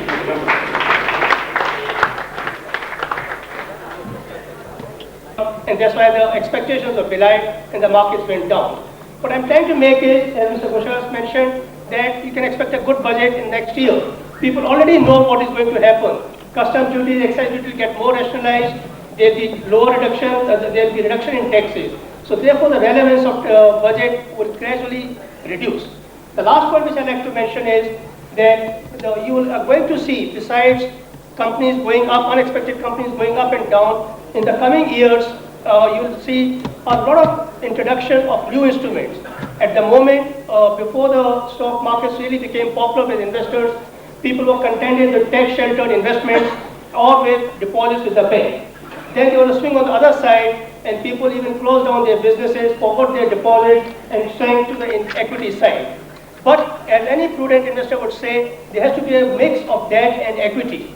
Unfortunately, as of today, debt instruments do not have much of a liquidity. But I expect that in the months and years ahead, there will be tremendous liquidity created for debentures and probably more. The loans will be mortgage, housing loans. There will be more liquidity created for public sectors. So you will see more tailor-made instruments being offered for children's education, for retirement, and for other needs. So there are exciting times ahead, and that's all that I'd like to say. Thank you very much. Pipariya is an investment analyst, and we thought that we will be educated by his analysis. But anyway, he has given us an exciting speech in an exciting period ahead. Now I will invite Kamlesh Gandhi, and I will ask my friend to introduce Kamlesh Gandhi. And he is the designated chairman and managing director of CIFCO, Champaklal Investment and Financial Consultancy. He was involved in merchant banking for the past 22 years and directly involved. He was the director of several companies, that is CIFCO Finance Limited. He was the chairman and director of Dr. Reddy's Laboratories, director Caminor Drugs, and director Kirloskar Investment and Finance. We will surely be benefited by the viewpoint, by the perceptions of Mr. Kamlesh Gandhi on this budget. I welcome Mr. Kamlesh Gandhi. Please, sir. Thank you for having me here this afternoon, ladies and gentlemen. The first thing I noticed is that progressively from 1981 to 1993, the number of ladies in an audience of this time is increasing gradually. In 1981, there were just about 5 of them. I am not able to count all of them here. the stock market has a better attraction than men probably. B, it's far more lucrative to look at the stock market than the kitchen. But here we had a little while ago, where he's still here, someone's about 7 years, and I'm so intrigued to find that they start so young in the stock market. You could have brought more friends with you. I won't take more of your time, but I'll virtually take nothing. For the simple reason, I think time is running out. The last train may go home, and you want Mr. Mehta, and you want him long. You don't want him for a shorter time. And I think I would like to come between you and him. All I'd like to make is 3 points, not really on what you should buy, what you should not buy. Because I had from Dinesh Modi a letter which I saw this morning after a return out of 3 days, asking me to, well, he said what each of the speakers is supposed to do, and there were 5 things that he wanted from each of us. First was the perception of the market in the next, 4 weeks, 4 months, and 18 months. Number 3, one of the friendly proposals, the unfavorable proposals, the effect of the above proposals mentioned in the item 2, etc. Forecast the pattern move of the BAC index, and scripts not more than 10. I am the least qualified to answer any of these questions, very honestly, ladies and gentlemen. I don't, in my name, in my family's name, I don't own companies, hold a single script of any company, either in India or internationally. I add this word internationally because you see whole lot of companies abroad. So, A, I've never bought shares in the market, not that I think it's not a good thing to do. I am a stockbroker of the Bombay Stock Exchange, which I did not disclose to them, for the simple reason, I have never practiced as a stockbroker. I bought my membership ticket in 1981, when the price of a ticket then was 65,000 rupees. In the year of 1993, I believe I never tried to evaluate it. If I do, the income tax will probably come after me tomorrow morning. I have not on that card. I believe it's been one of my best investments. I can encash it at probably over a crore rupees, I'm told. Over time, I said I want to sell this, and everybody said, wait, you'll make more money. I waited. I waited at 25 lakhs, I waited at 50 lakhs, I waited at 75 lakhs. At a crore, I said, I think this is good. Probably I can retire in a little place, take life easy, read the economic times, and keep following the market, because I don't have to worry about that. I've still been told don't sell it. What does it mean? Hold on to good stocks, you'll never go wrong, I think, including the membership of the Bombay Stock Exchange. Second thing is the market.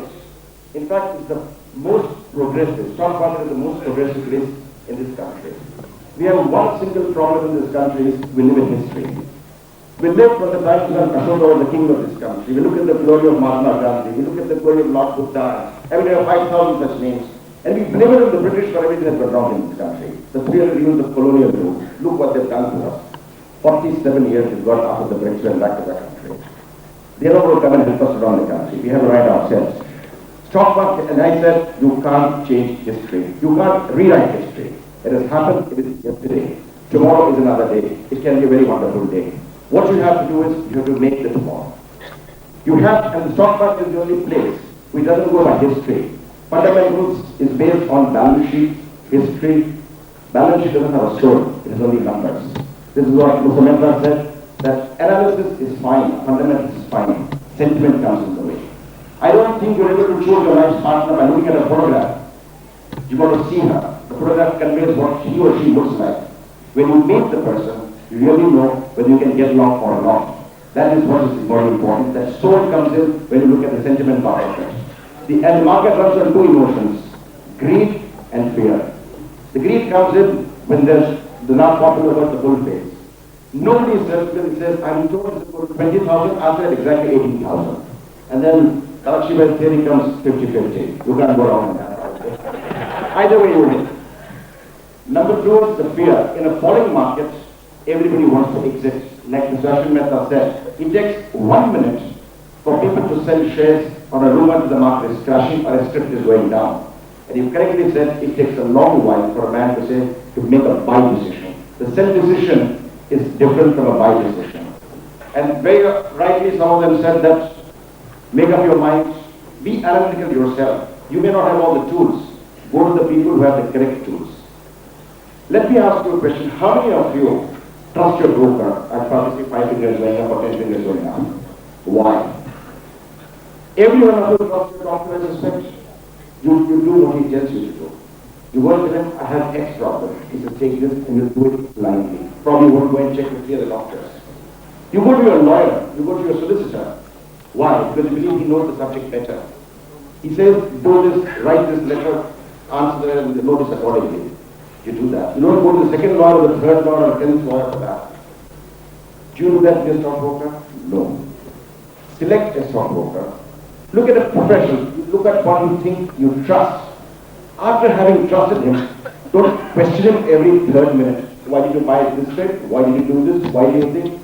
Change it once and for all. But select one and stay put. Trust him and leave it to his judgment. If you believe he is good, I'm sure he's telling you what is good for you. Because what is good for you is ultimately good for him. He doesn't have to advertise to get his business. You are his biggest salesperson. You say that this gentleman, this firm is professional. They know what to tell us. They know when to tell us to do what. This is something very important for all of us. And I think probably there are very few people who go by the stockbroker's advice at one shot. Well, there are quite a few, but very few in competitive profession. They probably talk with four. Believe me, you're going to make mistakes. You're going to be confused because you have four different opinions on the same script. How are you going to make up your mind? It's very difficult to do that.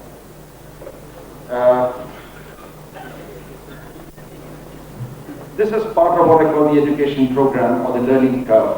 I have seen Mr. Mehta making various notes. In fact, for the last 2.5 hours, or almost 2 hours now, 2 hours in here, his probably mind has been working at whirlwind speed. About 10 minutes it takes on making a little note. I try to look at it, but he writes it so well, I don't know what is written there. He writes it in a manner, keeps it there at an angle, the light hits. I gave it up. Otherwise, I've probably taken a couple of secrets and told you already, and got the credit for it. Having said this, the budget is what we were supposed to talk about. As Mr. Gosar said, the other side of the matter. There's enough said about the budget. It's printed, it's written, it's analyzed, it's discussed, views, good, bad. I think we've seen, as somebody said earlier, 47 budgets. And I think the last few years have been good. If you have confidence in this country, if you have confidence in the way things are like to move, and more important, if you have confidence in yourself, I think you can't go wrong in the long term if you're an investor. The biggest problem today is everybody wants to make money in probably a gap of 10 years. I had this told to me, my friends, saying, can you give us a good tip? I said, I don't give tips because it's dangerous. Oh, no, tell us what you think you should buy. You come up and say, I think X is good at this price level, say 20. I like them young. I mean, young means, don't misunderstand me in terms of young, because everybody's got a one-track mind when he talks of whatever Mr. Gosar said. I like scripts to be young, low class, because A, for an average small investor, the risk-bearing capacity is limited. You probably can buy for 50,000 rupees that you have, X number of shares which are valued, let's say 20 rupees each, but you can't buy two in the other. Leave it to the big daddy. You try and do what you have with your money. Because A, the loss will be lower.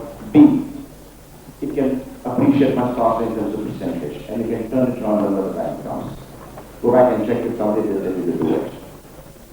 But they come and say, oh, it's going to double in what? 15 months time, 12 months time, that's too long. I said, look, it can happen in 6 to 8 months time. And I'm giving you a time frame, to be on the safe side. You're being very safe about it.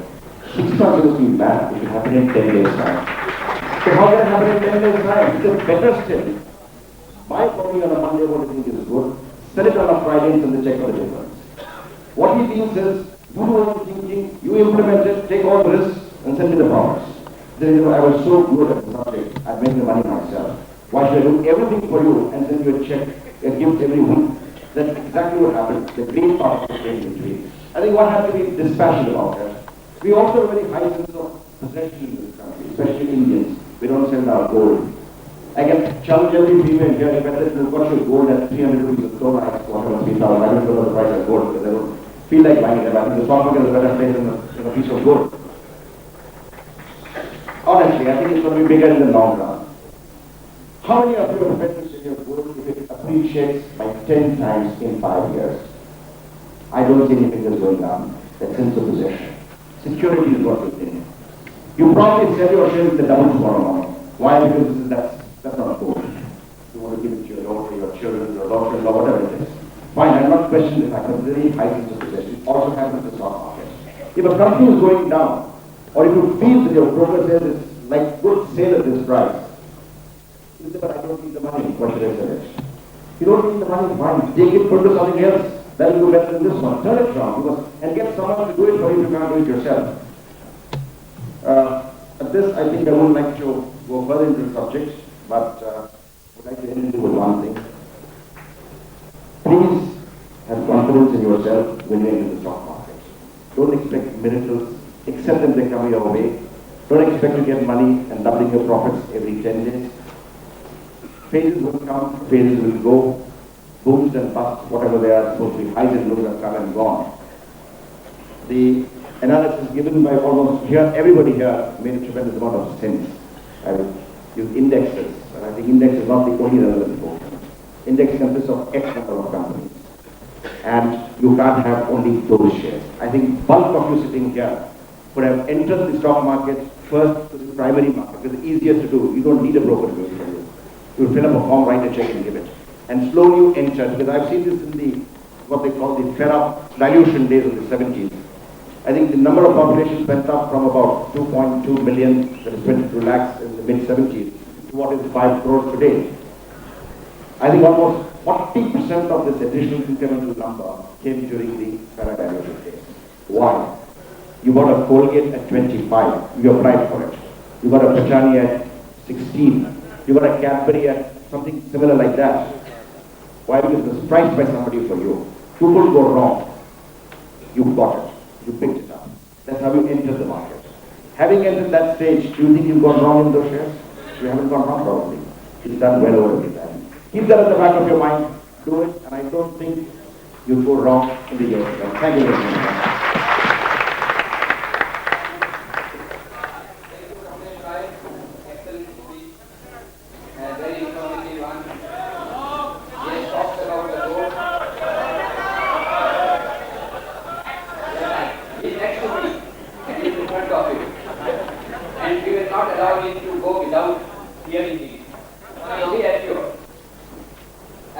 Kamlesh was talking about the gold, and that thought passed to my mind that we have a gold bond scheme coming on the next week where you can convert your money into gold and it will appreciate as it appreciated in 1965, 10 times, 15 times. At that time I remember gold bond when it came in 1965, it was available at 84 rupees. Those who bought at 84 sold it at 2,600. Friends, now we are almost at the end of the list, and the last but one speaker is Mr. Chandrashekhar.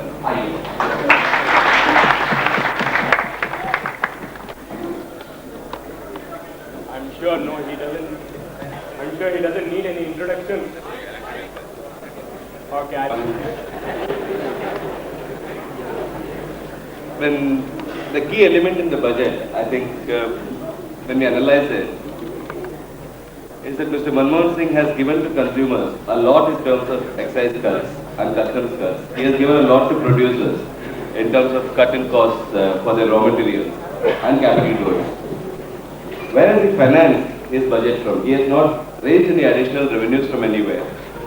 A close look at the budget shows that he is effectively expecting capital expenditure to come from the public in the form of public sector disinvestment, which we estimate at least 5,200 crores over the next 13 months. State Bank of India and other banks disinvesting their shares, which should be another 5,000 crores. And at least another 20,000 crores raised from the primary market.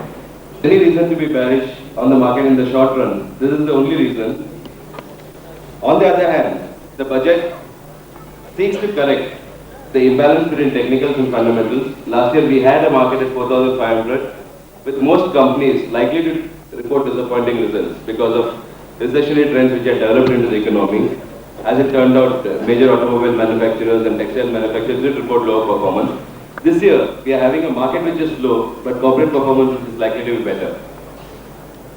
So to answer the few questions that Mr. Modi wanted us to look at, in the short term, I think in 4 to 6 weeks, we should expect the market to be bad because of expectations of poor results for March. The poor results should be as a result not only of the recessionary trends in the economy, but also because of the loss of production and sales in December and January. We cannot expect that many companies will report very good performances from March. So for the immediate next 4 to 6 weeks, we should expect a weak market. In the medium term, over a period of 4 to 6 months, I feel fairly confident that the market should bottom out and commence a recovery.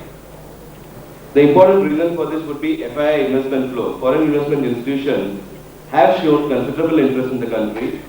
If they have a problem, it seems to be a problem of lack of availability of stocks rather than lack of interest in stocks.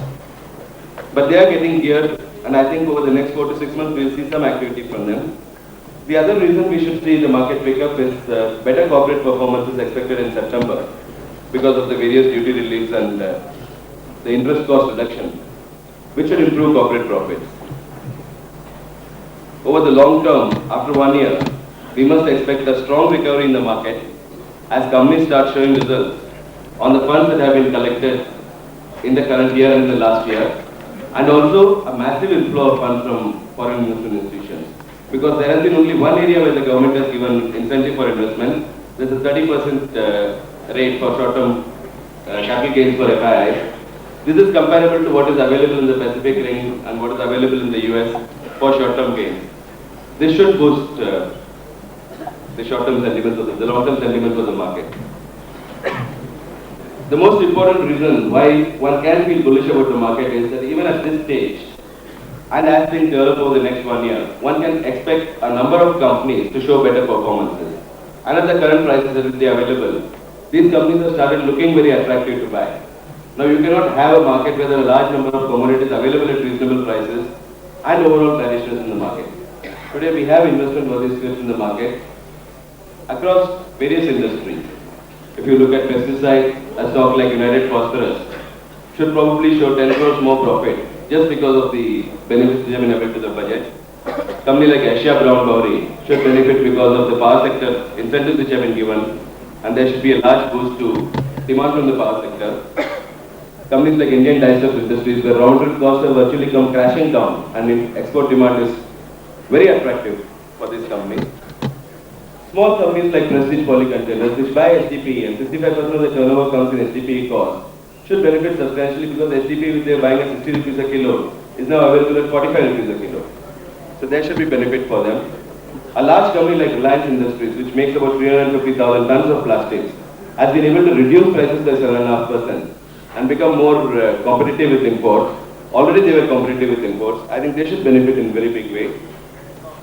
A company like Lakme, which was competing with SSI units primarily because it was paying a hell of a lot of excise, whereas SSI units were not paying excise, should benefit very substantially. Companies like Asian Paints should benefit very largely because of drop in orthoxylin prices, resulting in drop in phthalic anhydride prices, allowing them to reduce the price of their products and boost demand. Wockhardt, which made an issue recently, I think will probably announce better results than what was projected in their prospectus, making it a very attractive buy. It's available at 20 rupees cheaper than the issue price of the company. I think companies like East India Hotels and other hotel companies, we can go on and on. There are a large number of companies which have benefited as a result of the budget. These benefits will probably show in September 1993 and in March 1994. All that we need is for someone to come and buy those shares. I think that buying will come from the form of FII institutions, and once that comes, the confidence of the investors and the sentiment factor that we are talking about will also be restored, and we could expect a fairly bullish market in 1994. I'll leave this floor to me.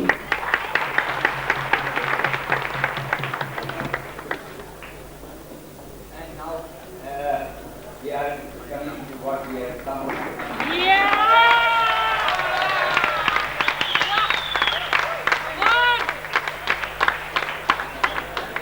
Before I ask questions, I should see small formality.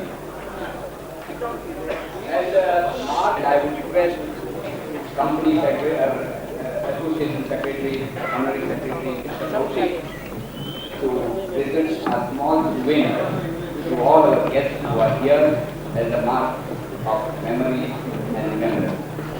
Mr. Kaushik. He will present to Mr. Talakshi Bai. To Ashwin Bai. Thank you Ashwin Bai. To Kamlesh Bai. Thank you Kamlesh Bai. To Harshad Bai.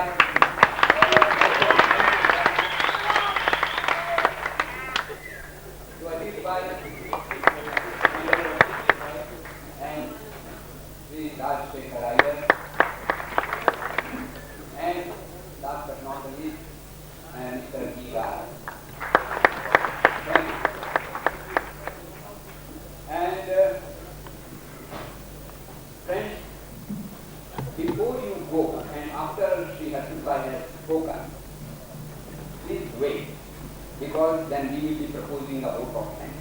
You have sat here for 2.5 long hours. 5 minutes will not make a difference, but we should not be discourteous to our guests. So I request all of you to wait after Harshad has spoken and the vote of thanks is proposed. This is a small request, friends. And finally, before I hand over the mic to Mr. Ashwin, a couple of things about our association. It is one of the oldest association in the whole of the country. And friends, this is the time that investors have to get together, and only a collective action will bring the result. We are all talking of high premium. Kamlesh Bhai talked about the easy route of primary market, but that easy route has now become a very bleak and dark route, because once the person enters into this route, he gets into the box, because he either buys the shares, he cannot sell even at the cost price, or cannot be traded at all, or there is no broker to sell this share. This is the plight of the investor, and therefore we have all to join together. And therefore, those who are not members of the association, please enroll. It is a very nominal fee, and you can enroll as members of the association. The forms will be available outside, and those who are members, they can please join us in a free drink which is available outside, and then go home. And now I will ask.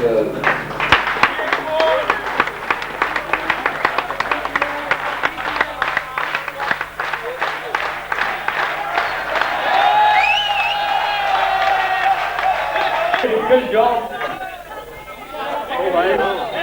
My third brother, who is a surgeon, would have been there to measure my heart rate. Please help me to stand properly.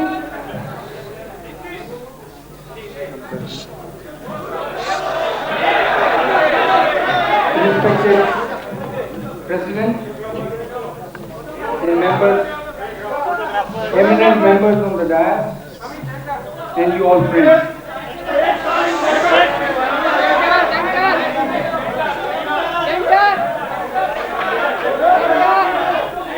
Last week,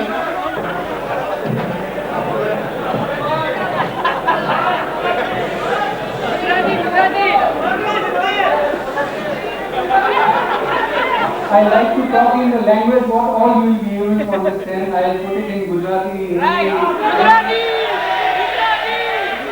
A language from his heart coming to you all, to your heart.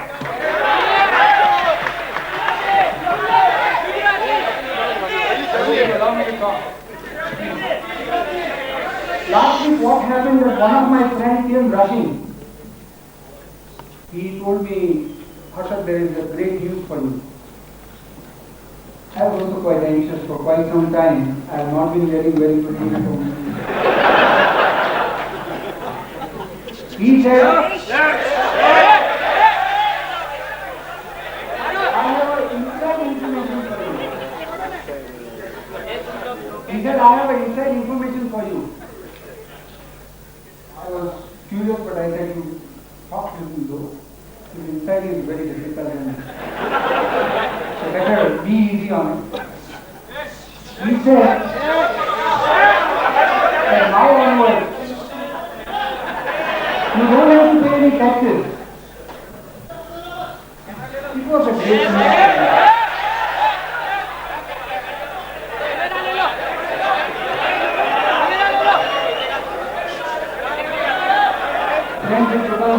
difficult for me even to control my thinking.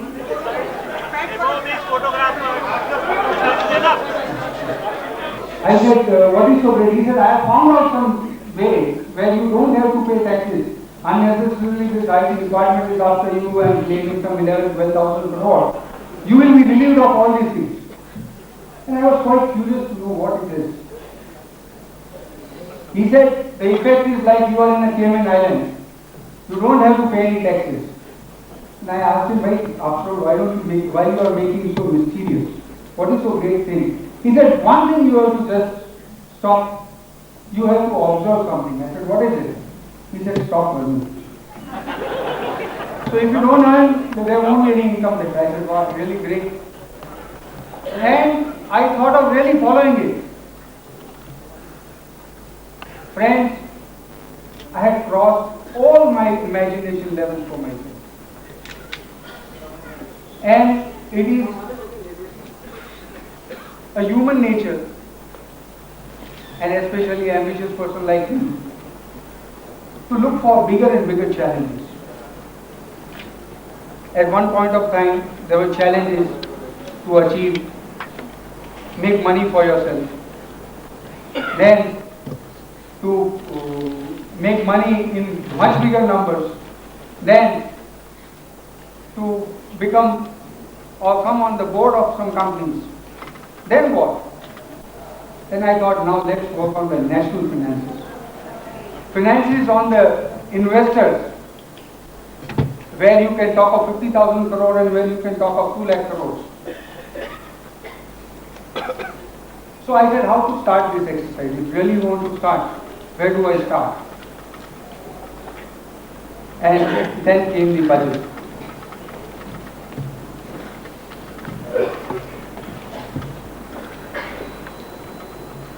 Unfortunately, I don't hold any of those degrees which makes me to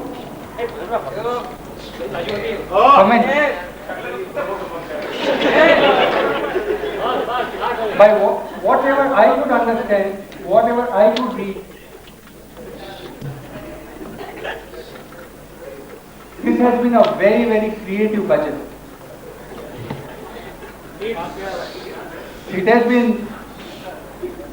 It has tackled one of the biggest problems which our country was facing last 18 months, or especially last 1 year. That is of demand recession.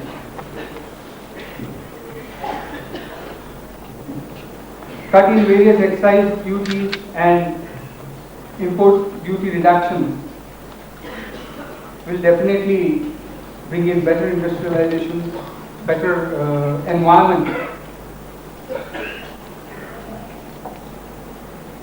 But where things went wrong, especially from the capital market point of view, because I feel that I am more from the capital market than to talk. It was the imbalance created between the demand and supply. Last 1 year, if you try and analyze, on one side, as if there is not going to be any tomorrow, almost all corporates and governments started raising resources from this market. Really unprecedented demand came on the funds from the market. On the other side, suddenly all the areas or avenues of the finance coming to the market was choked. So big gap suddenly was created. On one side, substantial supply, demand of money came in a very big number, and on the other side, total supply was overnight choked, without going into the reasons of it. Then what happened? In this budget, people started expecting.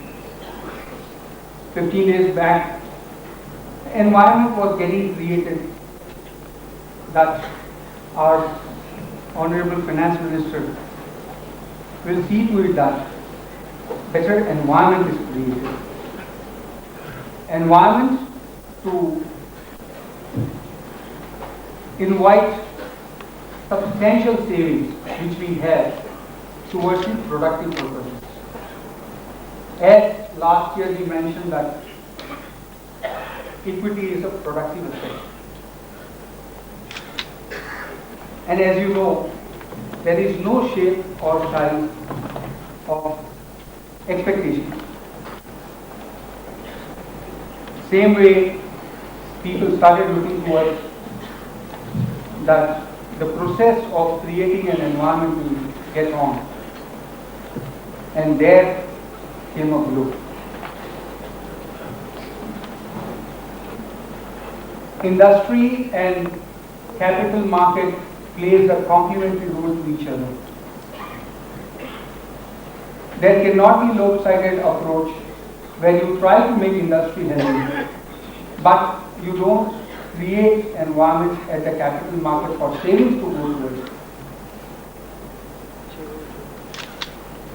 They have, and the government could analyze that yes, capital market is one place which can offer tremendous opportunity for raising resources. In this budget also, if you see 3,500 crores of PSU placement is worked out. Further, although they have not been able to place last year's balances. Not only that, they have also suggested good banks to go and raise resources from the capital market. How can the capital market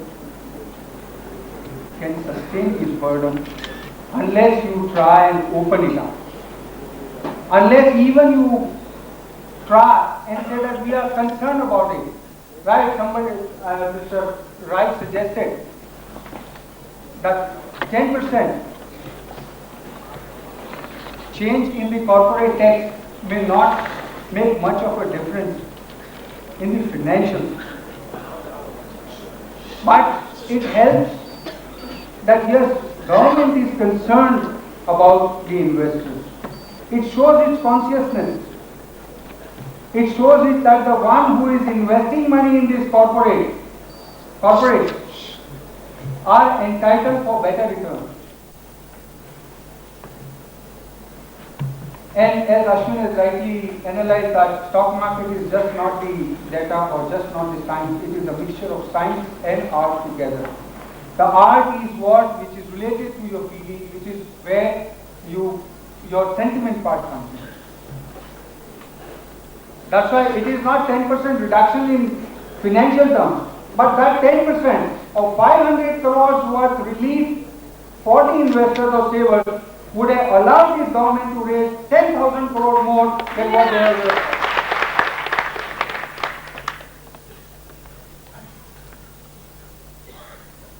Something I would like to bring out, our most eminent personality, Mr. Pipariya, what he has said. I do not find single reason for not raising the income tax threshold limit except the government's greed, and there should be a countrywide agitation against it. Why? Our finance minister making some promises, why can't we fulfill this? Isn't we eligible for building up expectations of what he has said? He has committed last year. And this is what has happened. It is not 10% or it is not few crores. It is the betrayal of the trust all these investors had in the finance minister. It is reflected in the capital market. And Ashwin also rightly said that nobody takes care of your interests. You are destitute and you are orphan unless you take care of your own self. Think of those farmers. Even when there was a news in air that there will be a cut in farmer subsidy, what, how, where was even not known. But you have seen the rallies going in Delhi and farmers shouting for their rights. But here, 1.5 lakh crore diluted, no problem. Your money goes drain. Find the reason. Probably it was Harshad Mehta or probably this, and forget about it. कुछ नहीं तो भाई इकट्ठा किया था, दिमाग ऐसा हाथ पे रख दिया और क्या है? You are investors. Where is the speculation part of it?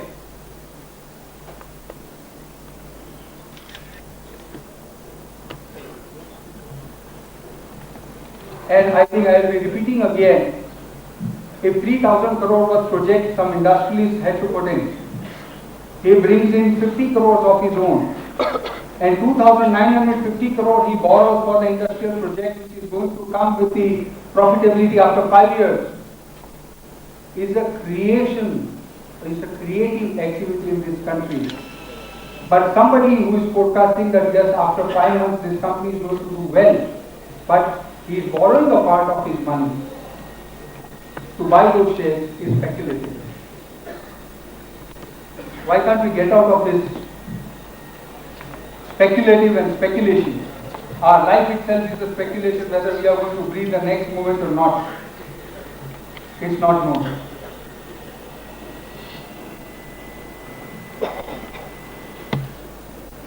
What is the solution? We all have problems. We can always suggest our problems. And I don't think anybody is just interested in hearing problems only. One simple solution. I am today a salesman to make you all a member of Bombay Shareholders Association. Let their resolutions be passed. Let Dinesh Bhai take up the cause on your behalf to writing to Finance Minister that this many people look towards this all benefit which has been promised, and you want us to subscribe to your capital, please create an environment.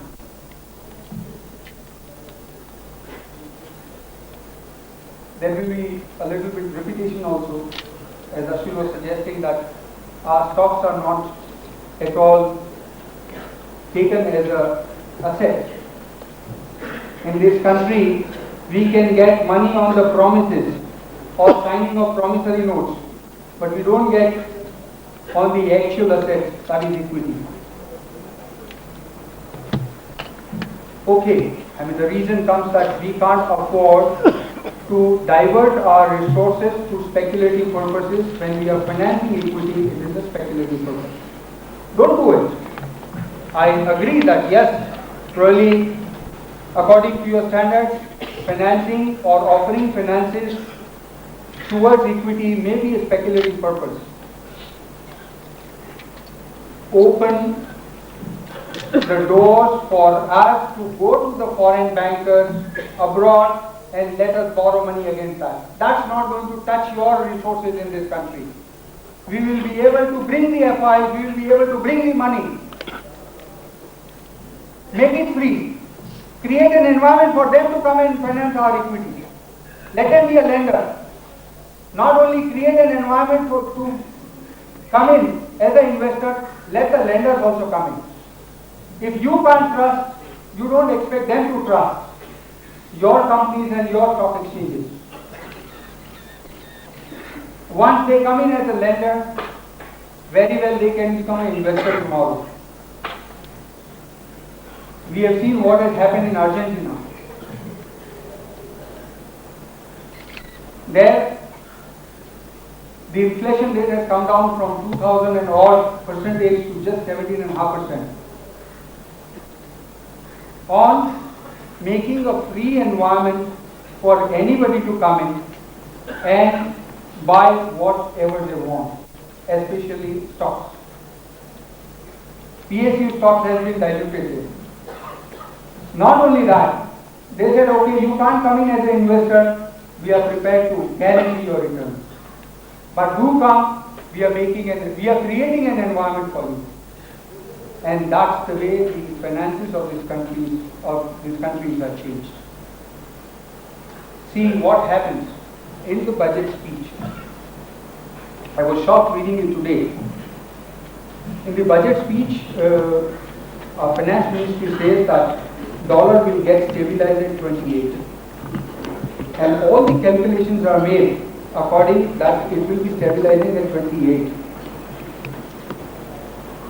What is the act? You don't have the conviction. You go and buy dollar today, $300 million, when it is trying to come down at 31.90. What is its justification? You don't trust your country's rupee. Don't allow it to come down. Just few days back when you have said that it is going to come down to 28, how can you make it to stop at 31.90 or 32? Are we going to manage situations this way? Are we going to create? I understand that the life is mix of performance and perception. We call it a water and gold theory. Gold has got no performance value, but still because of a very strong perception and security value attached to it, we are always prepared to pay the price. Simultaneously, you can't live without water. A glass of water, you can't just live for a day. But still, if somebody asks you for 2 rupees a glass, you say, don't be stupid. That is the difference.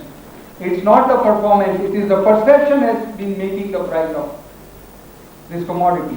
And that remains true in the stock market. That also remains true for the various foreign exchange markets.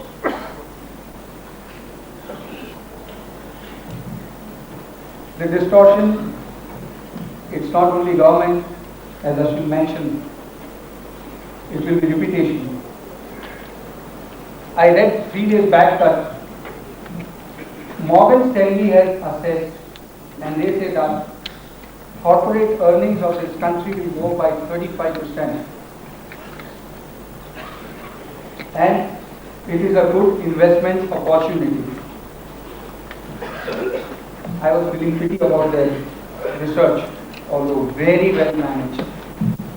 Because the research of few people here who have found out that without investing resources, you get the return of 35 to 70% in a more secured manner. Go short. Morgan Stanley needs to deploy resources and may or may not. But here is a certain system which puts you at par with the financer. Why can't we look into this system? SEBI has made few rules. Somebody who buys 5% of the stock should declare that he has bought 5% of stock. If he buys 10% of stock, then he has to offer the same opportunity to almost all the investors to create the balance. What happens to a person who goes short for 20%? Is he offering the same opportunity to everybody? When he hasn't got any share, can go even short. There have been instances that the company has issued 60 lakh shares and the short sale is of more than 30 lakh shares. Unrestricted, no check. And this has been brought out to SEBI not now, long back. It's not that this anomaly only in the system. Also look at that how this feeling is further harnessed. If you continuously look at the margin system, which will clearly tell you that you have a special privilege if you go short. Margin levels are comparatively always lower than the margins on the book. Sorry, although I am known as Big Bull, but I am not wanting to talk just because I am a bull. I am trying to bring out some facts which this distortion is the distortion which is playing havoc on your money, on your assets. Somebody who wants to buy has to have the finances, somebody wants to sell, he need not have anything. And no check. So that is the second resolution we need to. The solution is that let Dinesh Bhai take up that we all resolve that this should be brought up to SEBI that they have to check this.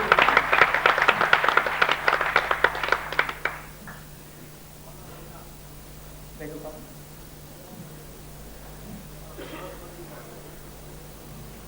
So friends, I've already more than 2.5 hours has been taken on it for around 3 hours.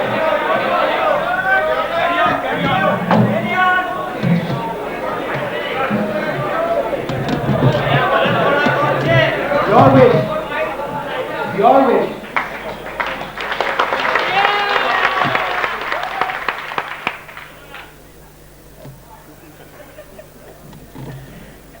Our eminent Ms. Nani Palkiwala also made a remark saying that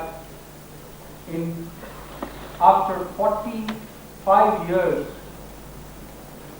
first time human resources is being recognized as a capital in this country.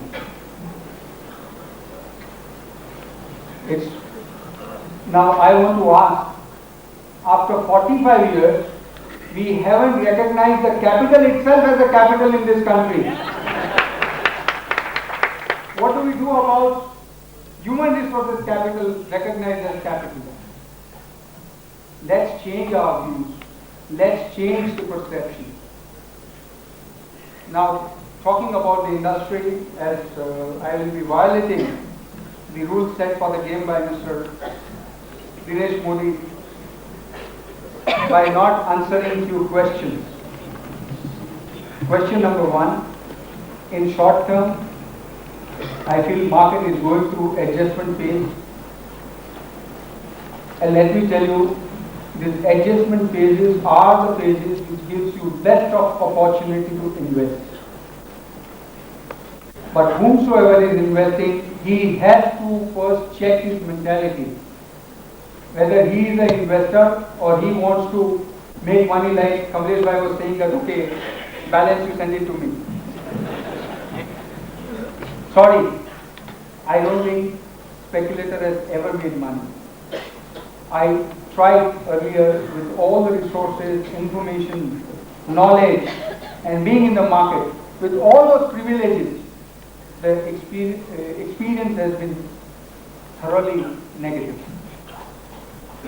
So if you ask me first, please stay off. Nobody has ever made money in speculation.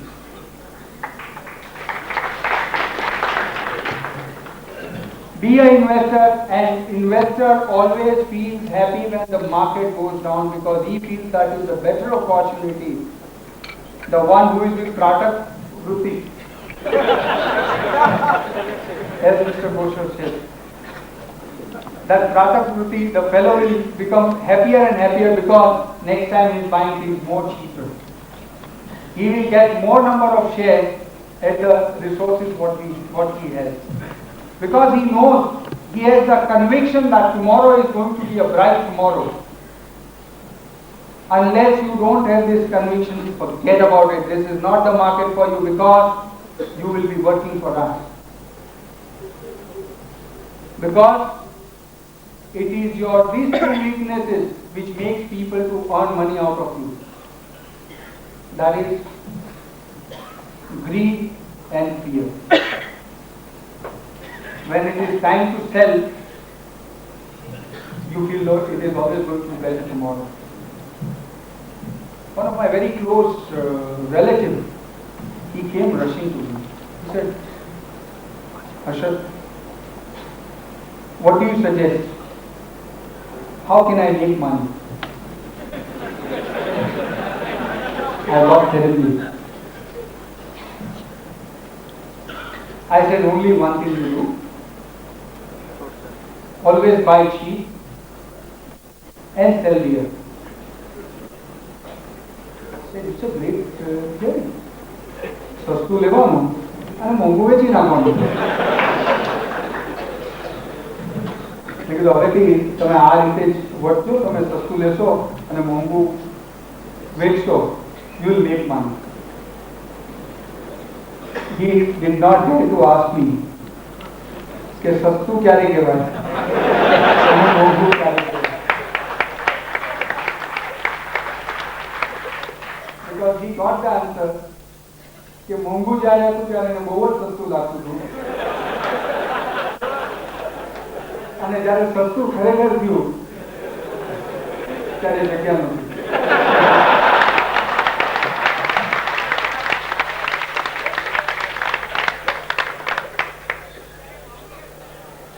So, tip for the day: buy cheap, sell dear.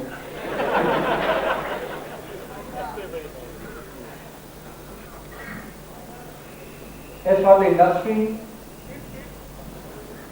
I see that for next 3 years, I agree with Mr. Talakshi Gosar that finance companies are going to do extremely well. Those ones who are rightly managed. Sorry, there may be more number of FIRs on me if I give the names. It may be probably a criminal act, so I will not like to have more. I have enough on me. Also look towards those industries which are just not export oriented, but be careful that they are net export only. It should not be that way that they are depending quite a lot on imports as well as on exports. Third, with higher central outlay, although it's my most favorite industry as known, that is cement industry, I feel it is giving again a good opportunity. And added to that, the other industry one can look towards is the power industry, power sector. At lower levels again, para companies. But now one analysis I have made, one need to change the habit now, not constantly look towards the secondary market, but now with the kind of force or the kind of number of issues are coming up, the opportunity in primary market, it may come under follow. I just got it analyzed. There were total 100 companies which were quoting between 8 and 10 rupees, 8 rupees and 10 rupees. There were 47 companies quoting between 6 rupees and 8 rupees.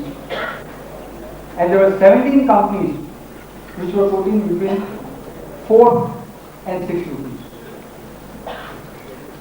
And the history of those 17 companies, out of that we picked up 10 companies. Those 10 companies in last 3 years has once touched, almost all companies has touched more than 35 rupees. So what I am trying to come to a point is that if you go for issues which are good company issues, which are being offered at 10 rupees, you have a very little scope of losing your money. Out of more than 3,500 scripts listed on Bombay Stock Exchange, only hundreds are between 8 and 10. So your downside risk is just 20% in the worst of scenarios. But those companies, it's very easy to go from 10 to 20, 30, 40. Doubling your money in those scripts will be much faster then. And not only that, again the analysis of that all those 4 to 6 rupees companies has touched 35. So in 3 years to 5 years time, any and every company gives you the opportunity to earn back your interest as well as the capital, even if you have entered into a worse decision. Thank you.